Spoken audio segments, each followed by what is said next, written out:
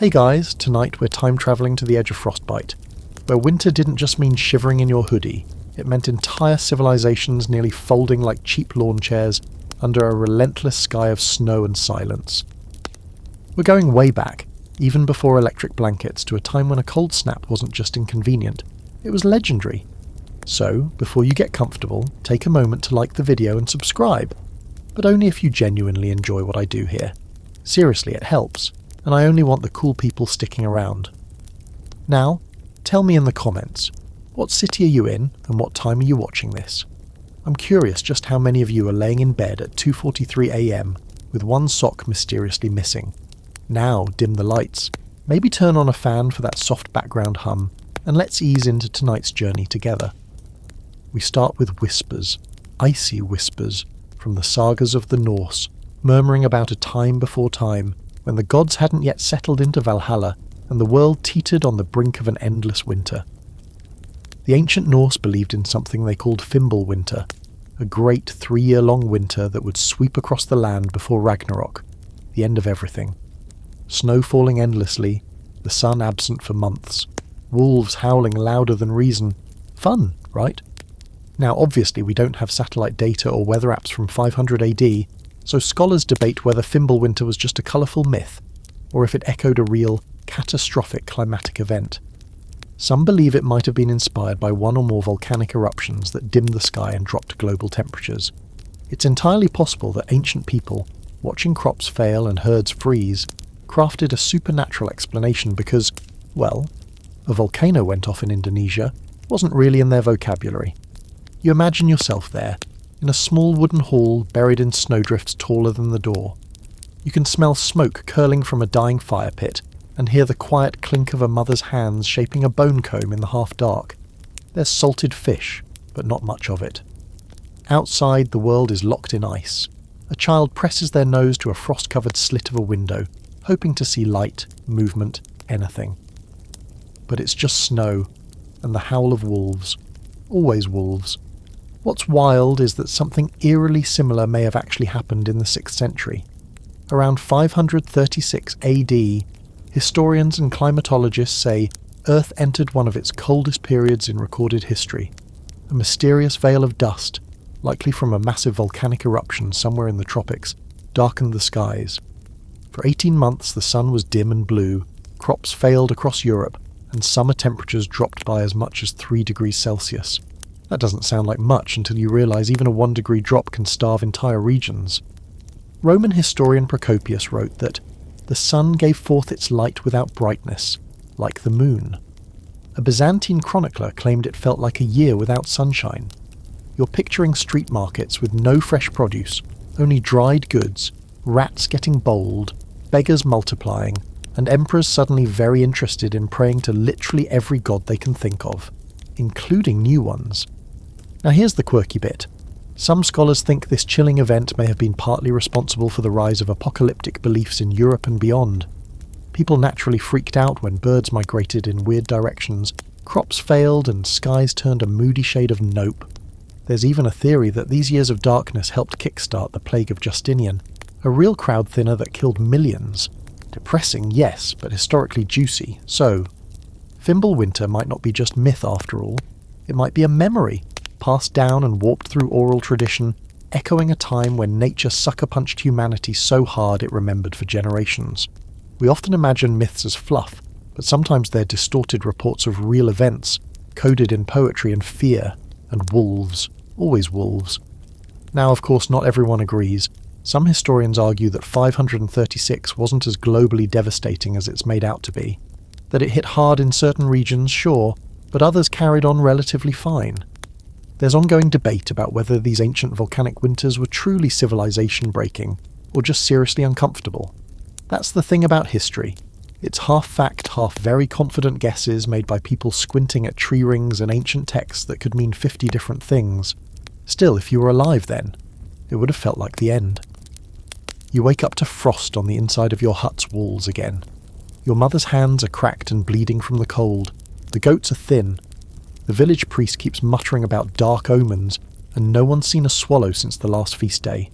People are starting to whisper. One old man says the gods are angry. Another says this is the beginning of the end.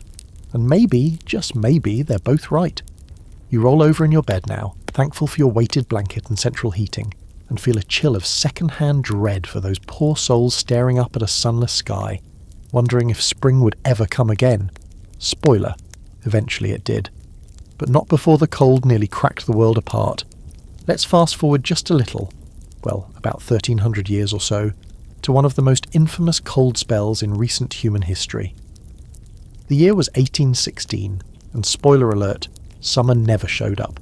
You wake up one morning in June expecting sunshine, maybe some birdsong, maybe a little dewy grass, but instead there's frost on the ground, your breath fogs in the air, and you have to put on gloves just to milk the cow. It's June. In New England, they called it the year without a summer, and it was as eerie as it sounds. Across North America and Europe, snow fell in July, rivers froze in August, and crops withered under ice-crusted soil that should have been blooming. Your family's wheat doesn't grow. The potatoes rot before they sprout. You're swapping stories at the local tavern by candlelight, wondering if God's gone on vacation, or if this is the start of something biblical. But the root of this chill wasn't divine punishment. It was a volcano. Half a world away, in Indonesia, Mount Tambora exploded in April 1815 in one of the most violent eruptions in recorded history. It blasted 36 cubic miles of rock and ash into the atmosphere. That's the kind of eruption that doesn't just ruin a few nearby villages, it changes the weather for everyone. The sulfur dioxide from Tambora's eruption spread across the globe, reflecting sunlight back into space. Temperatures dropped by up to 3 degrees Celsius worldwide. Again, that doesn't sound like much until you realise that in farming terms, 3 degrees is the difference between a harvest and a famine. You're living in Vermont, it's June, and a snowstorm rolls in. Not a flurry, an actual snowstorm. You throw an extra quilt over the bed and light the fireplace, but the wood is damp and won't catch. The family dog keeps trying to dig into the earth for warmth, but even the ground is icy. You haven't eaten a proper meal in 2 days. Your neighbour traded their last blanket for a single loaf of bread. There are rumours of food riots in Montreal, and someone claims they saw a man chasing a squirrel with a carving knife. You laugh, but not very hard. The cold wasn't just inconvenient, it was existential. Food prices skyrocketed. In Ireland, where potato crops were already vulnerable, widespread hunger became full-on famine. In Switzerland, people were eating moss off rocks. Livestock starved. Men sold their farms for pennies just to buy flour. It wasn't just cold, it was panic that blanketed the land. And here's the quirky twist. Out of all this misery came Frankenstein. Yep, that Frankenstein. In the summer of 1816, a group of British writers, including a young Mary Shelley, were vacationing at Lake Geneva. But it was so wet, cold and apocalyptic outside that they stayed indoors, reading ghost stories to each other by candlelight. That's when Lord Byron proposed a spooky challenge. Each person had to write a horror story. Mary Shelley ended up writing about a mad scientist who builds a man out of corpses. Probably not what Byron had in mind for a beach read, but here we are. And while one writer gave birth to modern science fiction, others gave birth to, well, nothing. Because they were freezing. Records show that some European villages experienced 0 summer crops at all that year. Governments scrambled to import grain from elsewhere, but the shortages were everywhere. In the US, many New Englanders fled south to find warmth and fertile land, triggering one of the earliest large-scale migrations inside the country. Now, some scientists argue that Tambora was just the spark, not the whole fire. The early 19th century was already experiencing a general cooling trend known as the Dalton Minimum, a period of low solar activity that made the planet naturally chillier. So maybe Tambora just piled on, turning a cool period into a total freeze fest. The debate continues. Was it mostly the volcano? Was it solar cycles? Was it the universe just being generally rude? Either way, the impact was global. In China, rice crops failed and famine spread. In India, the cold led to a failed monsoon season and helped spark a massive cholera outbreak. This wasn't a regional hiccup. It was a worldwide climate gut punch. It's like Earth itself hit pause and forgot to press play again for 12 straight months. And still, you survive it. Somehow. You bundle up in layers made of scratchy wool and sheer desperation. You eat bark broth, drink boiled weeds, and share body heat with every family member and animal who'll tolerate you. A few people blame witches, a few blame Napoleon, because when in doubt, blame Napoleon. But most people just go quiet, hunker down, pray for spring that never comes. At night you stare at the sky and wonder why the stars look so strange, dimmed by particles that float high above, invisible to the naked eye but enough to change everything. You think about your children. You wonder if next year will be better. It will leave a scar. Even today, tree rings and glacier ice cores still bear the signature of 1816. A thin, dirty layer, a frost ring, a silence in the Earth's rhythm. Nature doesn't forget, even if we do. And as you drift off tonight, warm under your synthetic comforter, thermostat humming quietly, you can't help but feel a little haunted by that lost summer. A time when the Earth said nope to sunlight, and millions shivered in the dark, wondering if summer was just a myth told by old people who remembered a time when trees actually had leaves. You'd think Earth would give us a break after that whole no summer situation, right? But nope. As it turns out, that freak year of 1816 was just one particularly nasty cold snap in a much longer icy mood swing we now call the Little Ice Age. This wasn't a quick chill. It was a multi-century stretch of unpredictable, bitter weather that draped itself over the northern hemisphere like a soggy, freezing blanket you can't quite shake off. We're talking roughly from the 1300s to the mid-1800s. 500 years of longer winters, shorter growing seasons, and generations born into the kind of cold that didn't just ruin a picnic, it threatened entire economies, rewrote borders, and pushed societies to the edge. This is the era of endless firewood chopping, of rivers freezing solid, and of terrified kings commissioning more fireplaces than actual policies. You find yourself in France in the year 1315. The summer comes late, the rain won't stop, and when you finally try to harvest your grain, it's too soaked to store, spoiled, rotten. You try anyway, it molds. By winter there's nothing left. People are eating their seed grain, which means next year's harvest is already doomed, and they know it. In fact, the Great Famine that followed from 1315 to 1317 was so bad that chroniclers describe people digging up graves and eating leather shoes boiled into a sad, chewy soup. And that was just the start. The Little Ice Age wasn't constant misery. It came in waves, with temperatures dipping especially low every few decades. But the overall trend was clear. Longer, crueler winters. Rivers that used to flow freely froze over. Crops failed in cycles. Even the wine grapes in England, once a brag-worthy point of pride, gave up completely. And if you can't grow grapes, let's be honest, something's gone terribly wrong. One of the oddest side effects? Entire industries bloomed from the cold. Enter the frost fair. Imagine the Thames River in London frozen so solid that enterprising Londoners decided, hey, what if we just held a street festival on top of it? And they did. The river froze deep enough to host open-air markets, puppet shows, dancing, and even temporary printing presses. You could literally buy a souvenir that read, "Printed on the frozen Thames, 1684. It's like Etsy, but with more hypothermia." Still, for all the quirky frost fairs and charming images of people ice skating in fur-lined cloaks, the broader picture was less cheerful. Crops across Europe consistently underperformed. Peasants starved. The price of bread soared, and every failed harvest was like a slow domino tipping toward unrest. Hungry people get mad, and mad people tend to light things on fire. Scholars today still debate the cause of the Little Ice Age. Some say it was driven by reduced solar activity, particularly during a period called the Maunder Minimum from 1645 to 1715, when sunspot activity basically flatlined. Others argue it was exacerbated by volcanic activity, with eruptions like Iceland's Laki in 1783 pumping sulfur into the air and acting like a planetary sunblock. Some even suggest that massive reforestation after Black Death pandemics absorbed more carbon dioxide and subtly cooled the planet. The thing is, there's no single smoking gun. It's more like a gloomy symphony of natural causes all playing in unison.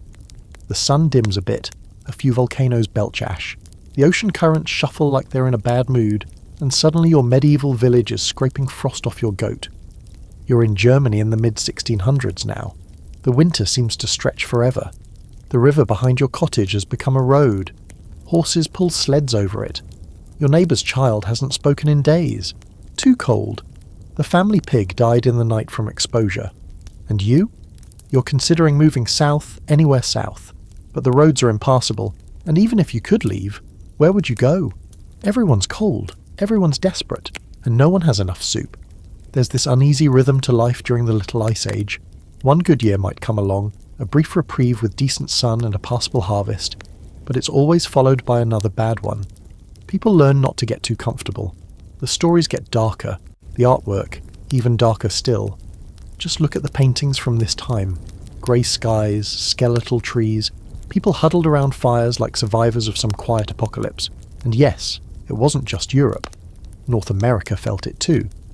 Native tribes in the northeast reported longer, hungrier winters, and some tribes shifted their territories entirely just to avoid brutal seasonal extremes. In the Andes, freezing temperatures messed with high-altitude farming, leading to food instability. Even the mighty Ottoman Empire saw serious crop failures and famines during the 17th century, leading to internal revolts and political shake-ups. But here's the quirky historical gem tucked into all that suffering. People got creative. Winter survival skills improved. Architecture evolved.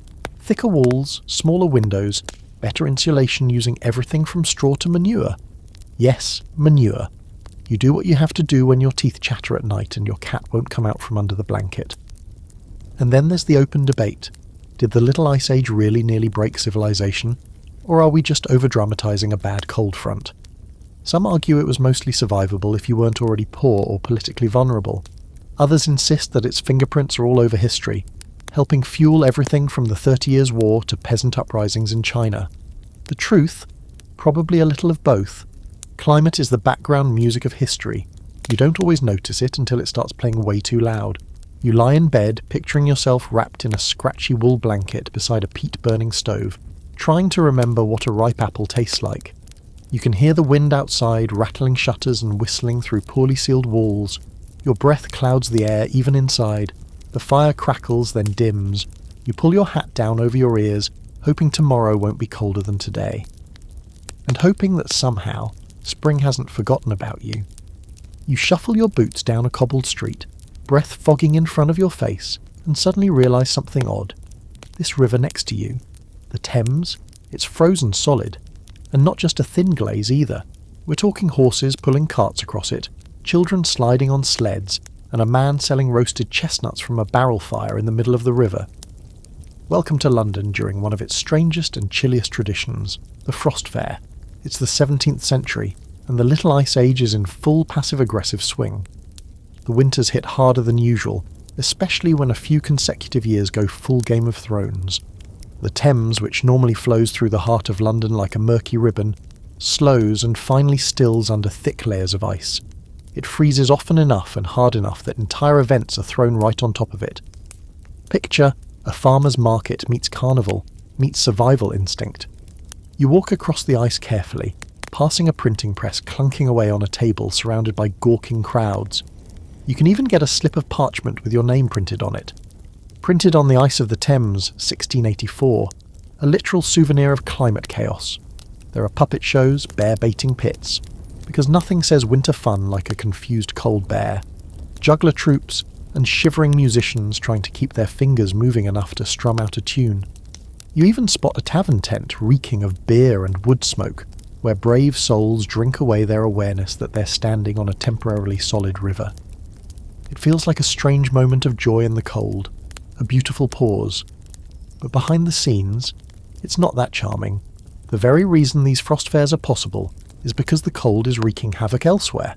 The river doesn't normally freeze, it's tidal and wide and restless, but changes in climate have been pushing winter temperatures well below freezing for weeks at a time. Add to that a slower current, thanks to the old London Bridge which weirdly acted like a kind of ice trap, and the water just stops moving. It turns solid. And suddenly you've got yourself a party. A desperate one. This wasn't just a one-off occurrence. Frost fairs happened multiple times between the 17th and early 19th centuries, especially during the coldest decades of the Little Ice Age.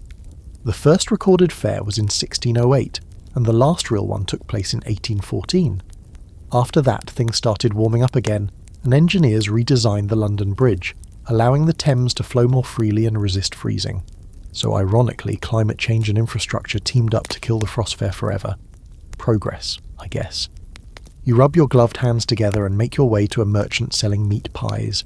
They're suspicious. You decide not to ask questions. Behind you, children laugh as they skid across the ice, followed by a very concerned dog. Somewhere off to the right, a group of gamblers plays cards on a makeshift table, using old coins and wood chips as betting tokens. The whole thing feels like an alternate universe, a frozen Venice, a marketplace built on borrowed time. But for many Londoners, this whimsical scene was a distraction from real hardship. These winters were brutal. The poor frozen alleyways, coal prices skyrocketed, chimneys choked with soot. Frost crept up the inside of windows in even the richest houses, and ink froze in inkwells. The cold wasn't just inconvenient, it was deadly. And if the ice held for long enough, people got creative, hence the fairs. There's even a fringe theory among modern historians that the frost fairs may have helped spread early ideas of democracy and rebellion. Weird, right? But think about it. This was one of the rare occasions where people of all classes mingled freely. On the ice, the barriers between rich and poor blurred a little. You could have a duke sipping mulled wine 10 feet from a chimney sweep trying to sell second-hand mittens. Temporary equality, courtesy of frozen chaos. And then there's the big debate. How cold really was it? Some argue that Londoners exaggerated the cold in their writings and art, that maybe it wasn't so much the temperature as it was the specific conditions, like the old bridge bottlenecking the flow or a particularly snowy year. Others point to records of frozen ports, icebound livestock, and meteorological journals to say, nope, it was legit Arctic out there. And when you see those souvenir prints, crude woodcuts of carousels and tents on the river, it's hard not to believe they were just documenting the bizarre reality around them. But there's something almost romantic about it too. Not the frostbite, obviously, but the way people leaned into it. When life gives you a frozen river, you make money, or music, or memories, or at least you try. Humans are annoyingly good at that. Give them a catastrophe and a patch of solid ground, or in this case, ice, and they'll build a fair, hand out pies, and print newspapers on it like it's just another Tuesday. The frost fairs slowly faded as the planet began its tentative warm-up in the 19th century. They became stories people told their grandchildren. Back in my day, the river turned to stone and we danced on it. A little hard to believe now, standing on a modern, fast-flowing Thames, all business and bustle.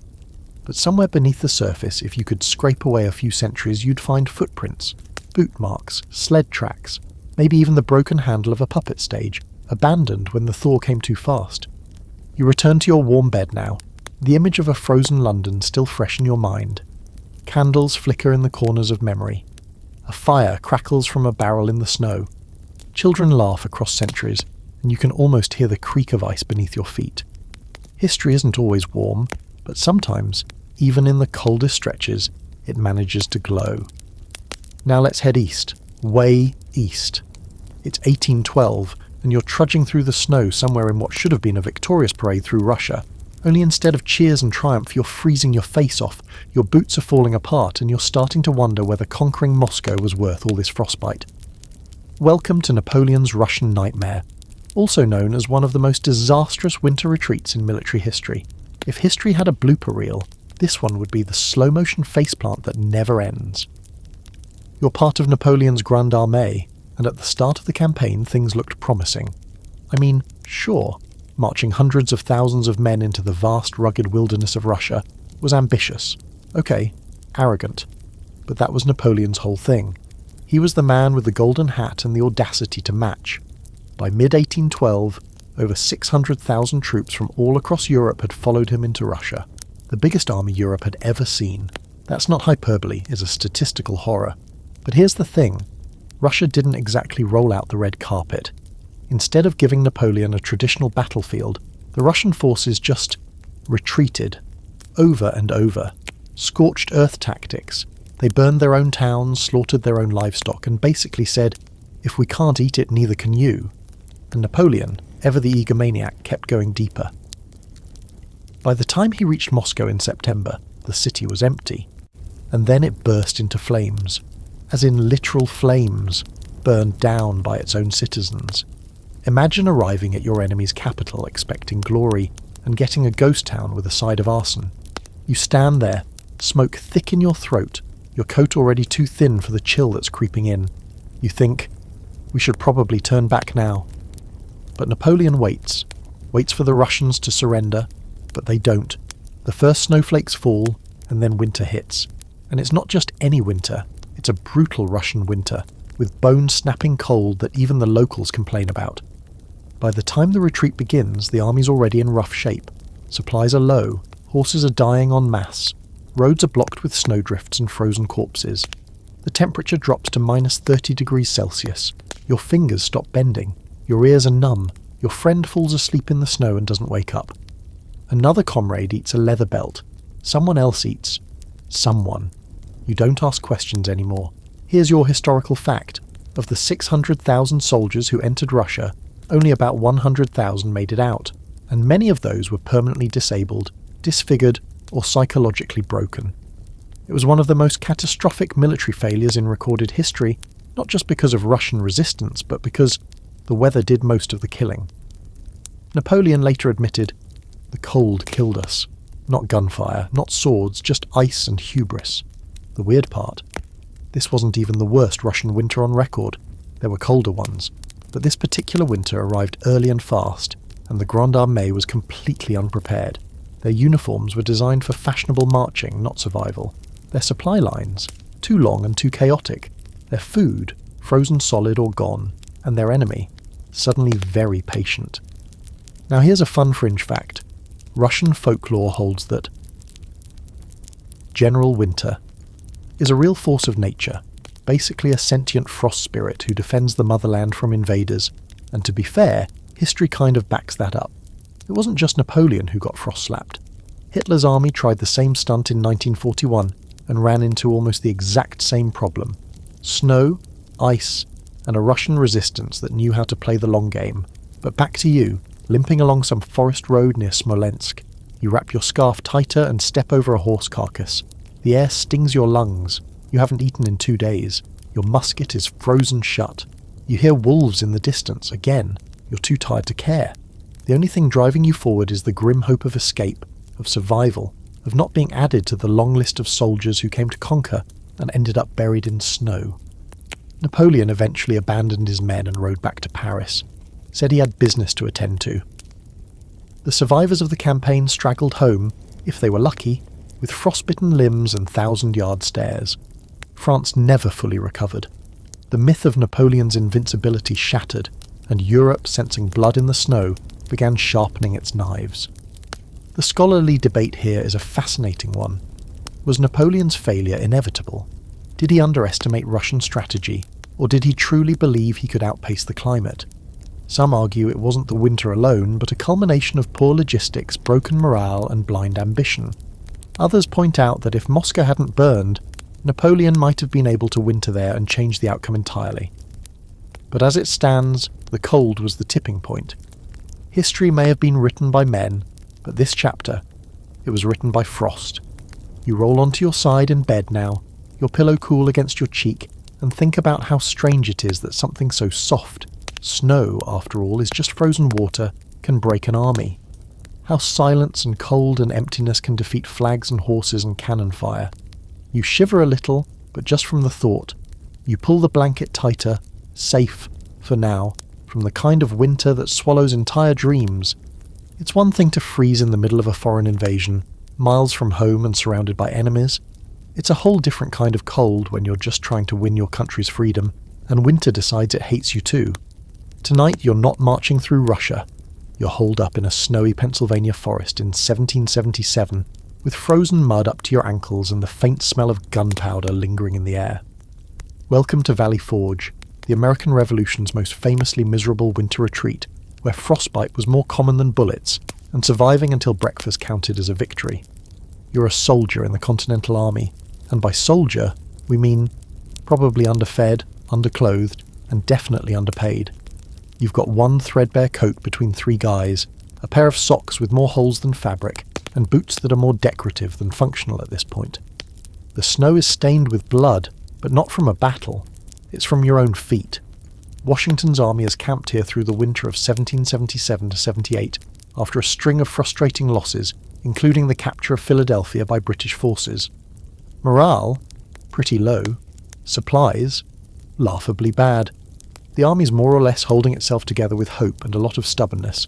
It's freezing, it's damp, and people are dying.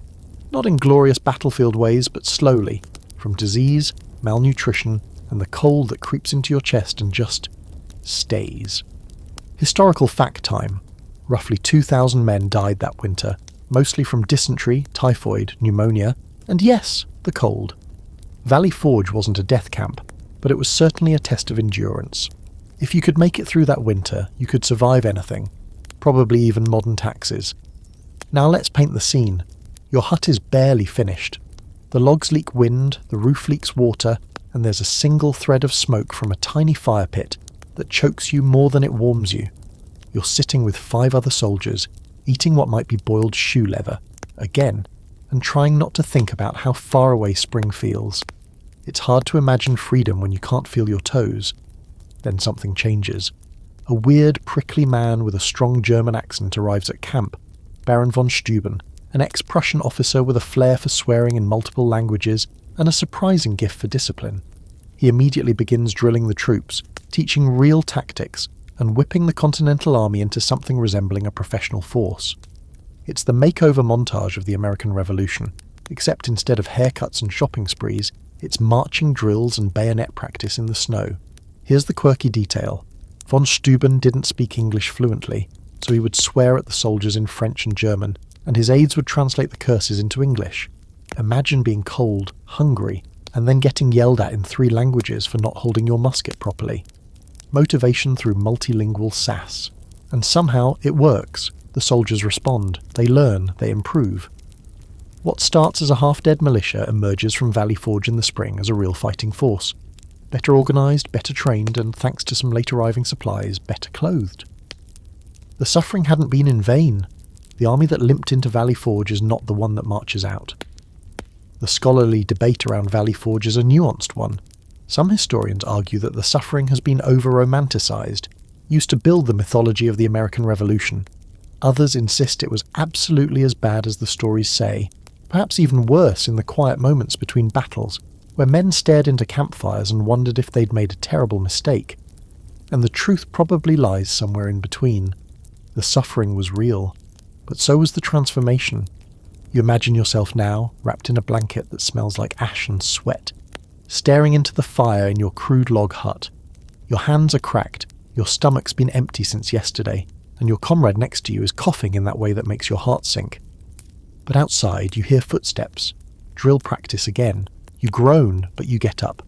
You grab your musket, what's left of it, and join the line. Because this isn't just about you. This is about something bigger than frozen feet and bad stew. This is about proving to the world that a ragtag army of farmers, blacksmiths and fishermen can face down the most powerful empire on earth and not freeze into irrelevance. And somehow, it all holds together. The soldiers who survive Valley Forge go on to fight in pivotal battles like Monmouth and eventually Yorktown.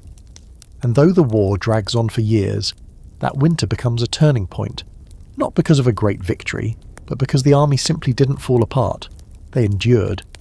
That's the thing about winter in history. It doesn't always kill you quickly. Sometimes it just erodes you, bit by bit, whispering doubts into your ears while you huddle against the cold. And still, some people rise. Against all odds. You roll over under your warm covers now, reminded just how luxurious central heating really is. You don't have to wrap rags around your feet or dig a latrine through frozen dirt at 4 a.m. You're not rationing powdered flour or worrying whether the guy 2 bunks over is going to infect you with something unpronounceable. But for the soldiers at Valley Forge, that was life. That was winter. That was history shaped by sheer, stubborn survival. And maybe, just maybe, that's why we remember it. Now picture yourself on the other side of the world. You're walking through the narrow stone streets of Beijing, your breath visible in the air, your fingers stinging despite the silk-lined gloves you paid way too much for. It's early winter, sometime in the mid-1600s, and everything feels off. There's no snow on the ground yet, but the sky is a leaden grey, and there's this tense, brittle silence hanging in the air. You're living in the final years of the Ming dynasty, and whether you know it or not, your empire is about to collapse, and the cold is one of the culprits. Here's the deal. By the 1640s, the Ming were already limping. Plague outbreaks, peasant uprisings, corruption, Mongol incursions, Pick your poison. But then, as if the dynasty hadn't already pulled the short straw, nature decided to twist the knife. China, just like Europe, was deep in the clutches of the Little Ice Age. Colder winters, shorter growing seasons, weird weather patterns, and millions of mouths to feed. You walk through a market that's half empty. The grain seller is charging triple what he did last year. A family nearby is arguing over the price of a cabbage. A beggar kid follows you for 2 blocks before giving up. This isn't just a bad season, it's turning into a slow-motion economic implosion. Historical fact time.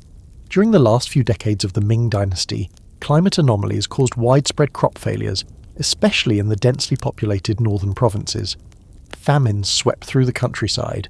The Yellow River flooded again, displacing thousands, and when it wasn't flooding, it was freezing.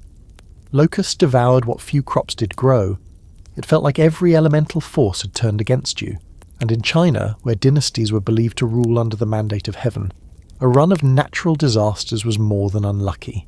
It was a cosmic sign that the rulers had lost divine favour. So people began looking for someone new to take the wheel. Enter Li Zicheng, a peasant-turned-rebel who led a large-scale uprising fueled by hunger, desperation, and frustration with Ming leadership. His slogan might as well have been, "If they can't feed us, they can't rule us." And honestly, it was hard to argue. By 1644, Li had stormed the capital, Beijing, with shocking speed. The Ming emperor, realizing the jig was up, committed suicide in a garden behind the Forbidden City.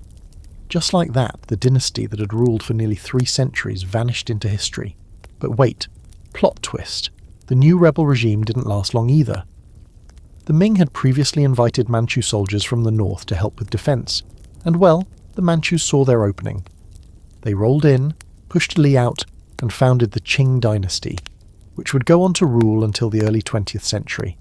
So yes, the climate didn't just break crops, it cracked governments. And here's your quirky fringe fact. Some Chinese scholars of the era wrote that the rivers were freezing too early, before autumn was even finished. In some provinces, people reported snow in summer and sunless skies, eerily similar to what we now associate with massive volcanic activity or prolonged solar minimums. Was it a fluke of weather or a full-blown climate pattern? Modern scientists are still debating that. One prevailing theory is that the global climate was impacted by not one, but several eruptions throughout the 17th century, including the massive eruption of Mount Parker in the Philippines in 1641, just 3 years before the Ming fell. Combine that with the Maunder minimum, that eerie period of minimal sunspots, and you've got a deadly combination: colder winters, poor harvests, and political instability. As you walk through the hushed city streets now, you can feel the anxiety in the air. The emperor's banners still fly, but fewer people bow when they pass. The food riots have grown bolder. Some government offices are simply empty. The bureaucracy, so famously sprawling and ironclad, has started to vanish. Local magistrates can't enforce anything. Grain reserves, gone. Tax collectors, hiding. The empire is crumbling like a cracked porcelain bowl left out in the frost too long. And this isn't just a China problem. Across Asia, the same pattern appears. Colder weather, crop failures, rebellion. In Japan, famines linked to cold spells also sparked social unrest. In India, the Mughal Empire faced both droughts and freezing winters that strained its once mighty infrastructure. Climate instability doesn't recognise borders, it just sweeps across the map, flattening anything unprepared. The big scholarly debate around this period is how much weight we can place on climate in the fall of the Ming. Some historians argue it was only one piece of the puzzle, that corruption, war and bad luck were just as critical. Others point to ice core data, harvest records, and anecdotal accounts of extreme weather to say, nope, this was climate collapse 101. And again, the truth likely sits somewhere in between. Human systems are fragile, but they're also complex. Sometimes all it takes is a little freeze at the wrong moment to tip the whole structure over. You crawl into your pile of winter bedding now, thick cotton quilts, a stone brazier flickering quietly in the corner, and try to sleep. Outside, wind rushes through the alleys of Beijing like a ghost. You can hear something creaking, maybe a shutter or maybe something bigger. You pull the covers over your head, half expecting to wake up in a different dynasty. Because in the bitter winters of the 17th century, it wasn't just people that broke under the cold. Whole empires shattered like thin ice. The wind howls outside your shuttered window, shaking the panes like a drunk trying to find the keyhole. You think it's just another storm, another winter squall rumbling through your little European village. But this one's different. It's January 1709, and by the time you open the door you realise something's terribly wrong. The air slices into your lungs like knives. The sky is clear, but the cold is not normal. You step into the street and everything is still. Frozen. Silent in a way that feels unnatural, like the world has been placed in a snow globe and abandoned. Welcome to the Great Frost of 1709, a winter so intense it blanketed Europe in record-breaking cold and nearly collapsed the fragile balance between survival and chaos. And no, we're not exaggerating. This was the coldest European winter in at least 500 years, possibly even longer. The kind of winter that turns rivers into roads and turns peasants into statistics. Historical records across the continent are crystal clear. If a little frostbitten, the temperature dropped and simply refused to come back up. In France, the thermometer hit minus 15 degrees Celsius, 5 degrees Fahrenheit in Paris, unheard of at the time. For 2 solid weeks, the sun rose on a world that didn't thaw. Not a puddle, not a breath of warmth. Trees split down the middle with explosive cracks. Wine froze in bottles. Birds fell mid-flight like tiny feathered meteorites. Even the sea iced over along some coastlines. The earth didn't just catch a chill, it entered a state of suspended animation. And France? Oh, France suffered. You're there now, trudging through snowbanks in threadbare wool, heading to the bakery even though you already know what's waiting. An empty shelf and a long line of gaunt faces. Wheat crops had failed the previous season due to wet weather, and the frost only made things worse. What little flour remained was being hoarded or sold at scandalous prices. Some bakers shut down completely, others watered down their dough and still ran out before midday. You pass a group of children warming their hands over a pot of coals. A man nearby mutters about eating his dog. You hope he's joking, but you've heard stories. In fact, you've seen things over the past few days that you'll never tell anyone. Desperation wears many faces. Here's your historical fact. France lost an estimated 600,000 people that winter, and in the famine that followed. That's roughly 2% of the population, wiped out not by war or disease, but by cold and hunger. Entire villages emptied. The roads were littered with beggars and corpses. In some towns, locals were paid to dig mass graves. The ground was so frozen they used fire to soften it before digging, and the rest of Europe didn't fare much better. In Scandinavia, livestock froze to death in barns. In Italy, the canals of Venice froze solid. In Germany and Austria, food riots broke out. And in England, the River Thames froze again, but this time no one felt like throwing a party on it. Frost fairs weren't fun when you had to choose between freezing and starving. Now for a quirky, if not slightly unsettling fact. Some weather observers at the time believed the freeze was a divine punishment. In Catholic France, preachers blamed moral decay and spiritual weakness. In Protestant Germany, it was seen as a test of faith. A few very imaginative thinkers even blamed comets, which makes sense if your science curriculum was mostly fire and brimstone. Meanwhile, actual scientists today point to a few possible culprits. One is the continued Maunder minimum, that mysterious period of minimal solar activity that seemed to stretch on forever. With fewer sunspots, the sun's energy output was lower, causing a subtle but widespread drop in temperatures across the northern hemisphere. On top of that, the eruption of Mount Vesuvius in 1707 may have added a bit of ash to the atmosphere, just enough to help tip the scales into a deep freeze. But it's not a closed case. Scholars still debate whether these events alone can account for the extremity of 1709. Some suggest shifts in oceanic circulation may have played a role.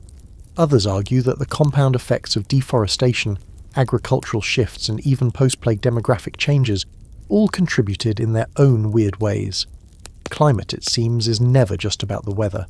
So here you are, back in 1709, in a small stone house with a fire that refuses to stay lit, and food that barely qualifies as food. You wrap yourself in every scrap of cloth you can find, including a tapestry from your wall that smells like mildew and regret. Your neighbour hasn't been seen in days. You heard his roof collapsed under the snow. The church bells ring out not for a wedding or a festival, but for the dead. 3 times today already. You've stopped counting. Your cat sleeps on your chest at night, more for warmth than affection. You don't blame her. You've done things you wouldn't have considered last year. You've burned books, family heirlooms, furniture. Anything to feed the fire which gives back so little. You look out the window and the entire world is still frozen. It's like time has stopped, a white purgatory, and yet, slowly, the frost does begin to loosen. By March, the ice starts to melt. By April, you hear the first birdsong, trees bud reluctantly, a few green shoots poke through the soil, but the damage has been done. Families are gone, fields are barren, and in the back of everyone's mind is the same uneasy thought. Could it happen again? You roll over in bed now, listening to the hum of your heater and the quiet comfort of a world with thermostats. Outside, maybe it's cold, but nothing like 1709 cold. Not the kind that freezes ink in pens and locks rivers in silence. You can't help but wonder what it would have felt like, looking at a sky so clear and feeling no warmth, just endless, hollow cold. And knowing there's nowhere to go but forward, slowly, carefully, through snow that doesn't care who you are or what you've lost. You're standing on a shoreline that doesn't belong to you, not in the way we usually think of belonging. It's Greenland, and the sea wind cuts like a knife down the back of your neck. Behind you are turf houses, half buried in snow. Seals hang drying from wooden racks, and your breath puffs out in tiny clouds. The ice has crept closer to the settlement again, tighter than last winter. You're a Norse settler, maybe one of the last, and things aren't looking great. This is the story of the Vikings in Greenland, a civilization that held on for centuries in one of the harshest environments imaginable, until winter finally whispered, enough. The Norse came to Greenland around the year 985, led by Eric the Red. Yes, that Eric, the exiled one with the killer marketing skills who convinced people to settle an icy wasteland by calling it Greenland. Bold move, and it worked. For a while. For the first couple hundred years, the Norse settlements in Greenland were surprisingly successful. They raised livestock, grew some hardy barley, traded with Iceland and Norway, and even built churches with carved stone and imported timber. You can still see the ruins today, silent structures buried in frost. These people weren't savages in fur boots. They were medieval farmers with bishops and taxes and sermons and seasonal fish feasts. But starting around the 1300s, things began to shift. The Little Ice Age crept in slowly, like frost along the inside of a window, until one day it wasn't just a colder year, it was a colder century. Sea ice thickened around Greenland's coast, cutting off trade routes. The growing season shortened, meaning less grass for livestock, less hay for the long winters. Herds started to die. People started to leave, or die with them. Here's your historical fact. The Norse settlements in Greenland, at their height, home to over 2,000 people, vanished by the late 1400s. The last written record we have is from 1408, a marriage ceremony at the Church of Valsey. After that, silence. No letters, no trade receipts, no shipwrecks. Just gone. And here's the really eerie part. The Inuit, who had arrived in Greenland centuries earlier from the north, survived just fine. While the Norse struggled with failing crops and dying cows, the Inuit hunted seals and whales and built homes adapted for deep cold. They knew how to live with the ice. The Norse tried to fight it. They clung to their cows and Christian churches and imported ways of life. And the ice didn't care. You're there now, wrapped in a wool cloak that used to belong to someone stronger, walking past a field of bone-thin sheep. The fjord is frozen almost all the way across. No ship is coming. Not this year. Probably not next year either. You know it. Everyone knows it. The bishop's been dead for 3 winters. The last boat from Iceland never returned. Supplies are low. The fish aren't biting. Some families are packing up what little they have and heading inland toward nothing. There's an ongoing debate among scholars about what exactly caused the collapse of the Norse Greenlanders. Was it the worsening climate alone? Was it isolation?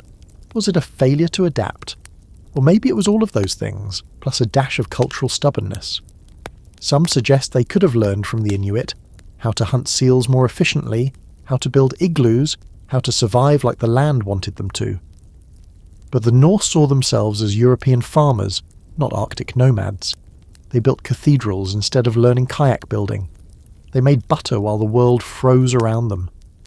And maybe that's the strangest part, this quiet refusal to change. The Greenland Norse weren't wiped out in one dramatic battle. There was no plague, no volcanic eruption, no conquest. Just year after year of winters that stretched longer, bit harder, and gave back less. A slow, quiet fade. No one thought to write a final letter. No one had the parchment or the ink anyway. You walk down to the water's edge, where the ice has formed strange ridges, like pale ribs. You think of the seal meat stored in the stone cellar. It won't be enough. You think of the church, half covered in snow, its bells silent. You wonder if it will all be buried one day, and if anyone will even remember you were here. Quirky fact. Some of the Norse burials from Greenland show signs of scurvy, a disease of deficiency caused by a lack of fresh food, particularly vitamin C. Which is deeply ironic, considering they lived surrounded by Inuit people who were eating raw seal meat, rich in exactly the nutrients the Norse lacked. They literally starved while their neighbours thrived. It makes you think about how civilizations end, not always with a bang, sometimes with the slow tightening of the cold, with a family saying, "We'll try one more year," and that year never ends. And then, centuries later, someone stumbles across your bones in the permafrost, or a carved piece of wood, or the crumbled corner of a stone church, and they ask, why did they stay? Why didn't they change? And you, if you could speak from the ice, might say, we tried, we hoped, we believed spring would return. You pull your blanket tighter around you tonight, reminded again of just how warm your bed is, how far removed from the world of seal oil lamps and frozen fjords. But you can still feel the chill, can't you? The quiet dread of a people who kept waiting for a thaw that never came. You're standing at the edge of a river that doesn't know how to move anymore. The mighty Mississippi, the artery of a continent, has frozen over, solid, silent, and still. It's January 1918, and you're in the middle of what locals call the Big Freeze, a brutal cold snap that gripped the central United States like a frostbitten hand and squeezed until everything cracked. The wind carries no sound, just pressure, like it's holding its breath with you. Somewhere behind you, a horse's breath curls into the air like smoke, and the trees creak like old bones.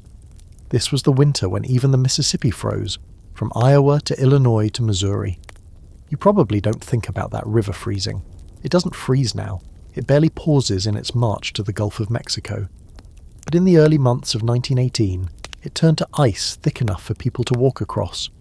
A river that usually carried barges and paddle boats turned into a glassy plain of quiet. People skated on it, drove wagons across it. Someone even pitched a tent on it because why not? But it wasn't just the novelty of a frozen river. It was everything else. The winter of 1917 to 1918 was one of the coldest in modern US history, and it couldn't have come at a worse time. World War I was still raging. The Spanish flu was just months from sweeping through towns like an invisible firestorm. And right now, just surviving the weather felt like its own private war. You're in St. Louis. The snow has stopped, but it left behind 4 feet of silence. The temperature hovers around minus 40 degrees Fahrenheit in parts of the Midwest, which is so cold that your spit freezes before it hits the ground. Trains are immobilized, coal is running out. Pipes burst like champagne bottles on New Year's, except no one's celebrating. You try to start a car, but the engine groans like it's dying and then gives up completely. You don't blame it. The cold wave of 1918 didn't just affect the Mississippi Valley. It tore across the United States like a glacier with a grudge, hitting New England, the South, and the Pacific Northwest with equal cruelty. Record lows were recorded in dozens of cities. Frozen livestock piled up in fields. Water mains snapped like twigs. The Great Lakes were so ice-covered that shipping nearly stopped. Entire towns became marooned in their own frost-covered isolation. Here's your historical fact. The Mississippi River has only frozen solid a handful of times in recorded history. 1918 was one of them. People in Memphis walked across it. In Davenport, Iowa, a train was delayed for days after becoming frozen to the tracks. This wasn't a one-day freak event.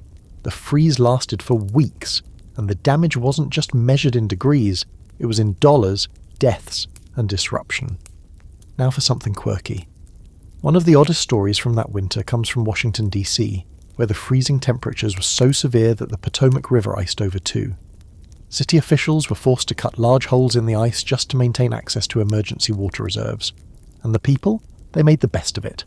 Ice skating on the reflecting pool, bundled in every coat they owned, trying to look cheerful as their boots leaked and their breath crystallized on their eyelashes.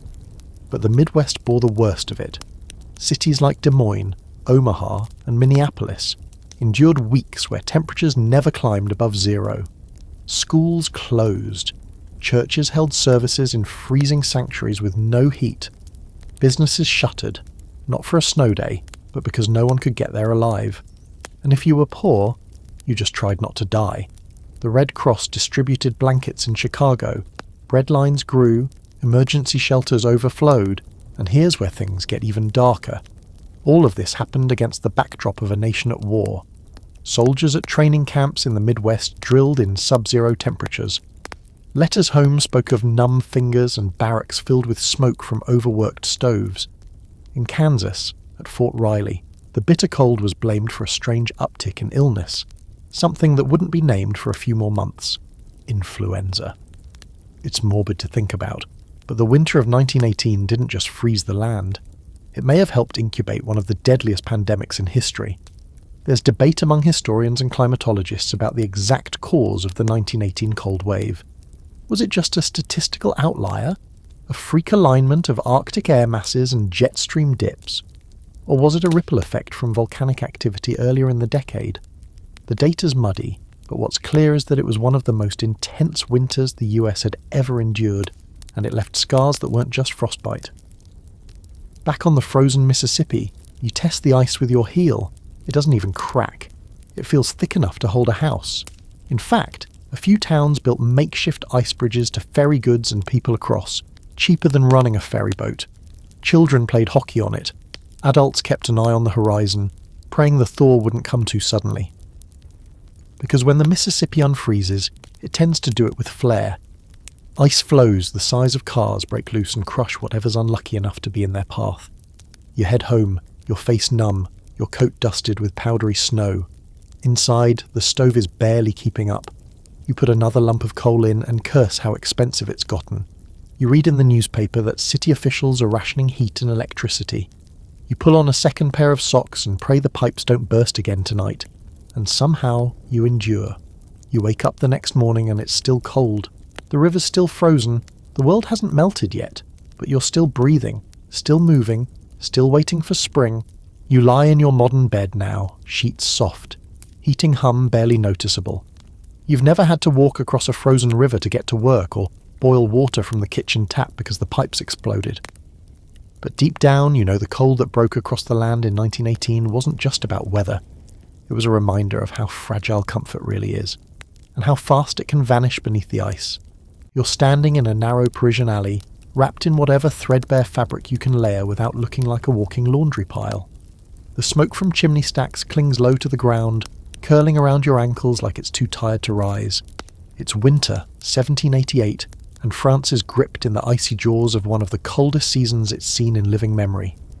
You don't know it yet, but this miserable freeze is one of the final nails in the coffin for the French monarchy. The powder keg is already packed. The fuse? It's made of frost. Let's set the scene. The winter of 1788 to 89 was so severe that the Seine River froze over. Again. Roads became impassable. Trees exploded from the cold.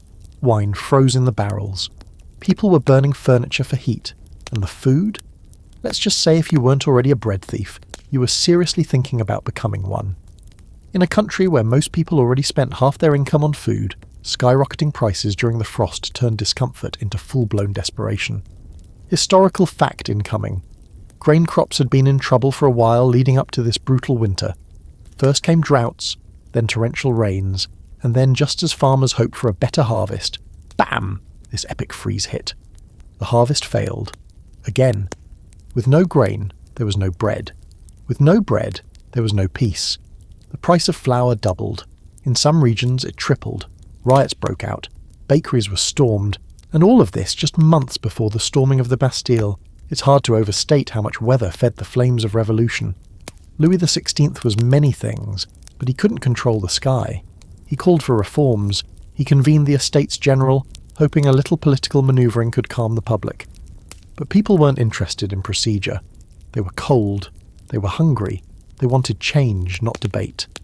You picture yourself now, shoulder to shoulder with a crowd outside a bakery. A cart of bread arrives and the scene immediately turns ugly. There's no line, just chaos. Elbows, shouts, fists. A mother screams as her child is trampled in the scuffle. A man pulls a knife. The baker is already locking the door, shouting that there's nothing left. You don't even taste the crust you fought for. It's gone before you know it. And here's the quirky historical twist. That same winter also froze the fountains at Versailles. Picture that. Ornate marble basins and golden cherubs entombed in ice, while the peasants in the cities scraped together firewood and whispered about revolution. You could walk through the royal gardens and see everything frozen in time, beauty trapped in silence. Some nobles hosted sleigh rides around the palace, wrapped in fur cloaks, sipping warm spiced wine. The contrast was obscene, and people noticed. Then comes spring. Not the lovely blooming kind, the kind that melts snow and floods streets, that turns slush into mud, the kind that stinks, rotting food, stagnant water, disease. In the countryside, livestock carcasses thaw where they fell. In the cities, sewage backs up as the thaw clogs ancient drains. There's no relief, only more misery. By the summer of 1789, the people of France had been pushed to the edge, not just by ideology, but by ice. When the Bastille fell on July 14th, the air was hot, but the revolution had already been chilling for years. You might not think of climate as revolutionary, but it absolutely is. It doesn't need slogans, it doesn't need torches, just enough bad weather at the wrong time, and even the sturdiest thrones start to crack. There's still debate among scholars about just how much the hunger winter of 1788 to 89 contributed to the French Revolution. Some say it was the final straw, others argue it was just one variable in a long decline. But there's no question that cold made everything worse. Tightened the screws on a system already rusted and groaning. It didn't cause the revolution, but it lit the fire under it. Or maybe, more accurately, it froze the people into movement. You return now to your tiny stone apartment in the heart of Paris, watching your breath curl in the candlelight. You wrap your shawl tighter, you cough. There's frost on the inside of the window, and the bread you bought 3 days ago is hard enough to injure someone. Still, it's all you've got. The streets are quieter now, tense, like something's about to break. Everyone feels it. The wind, the hunger, the rumours. Something's coming, and then it does. The revolution erupts, heads roll, crowds flood the streets. Cold has given way to heat, political heat, social heat, literal fire. The monarchy doesn't survive the winter, not really. It dies in the spring, but its death warrant was signed when people started choosing between starvation and sedition.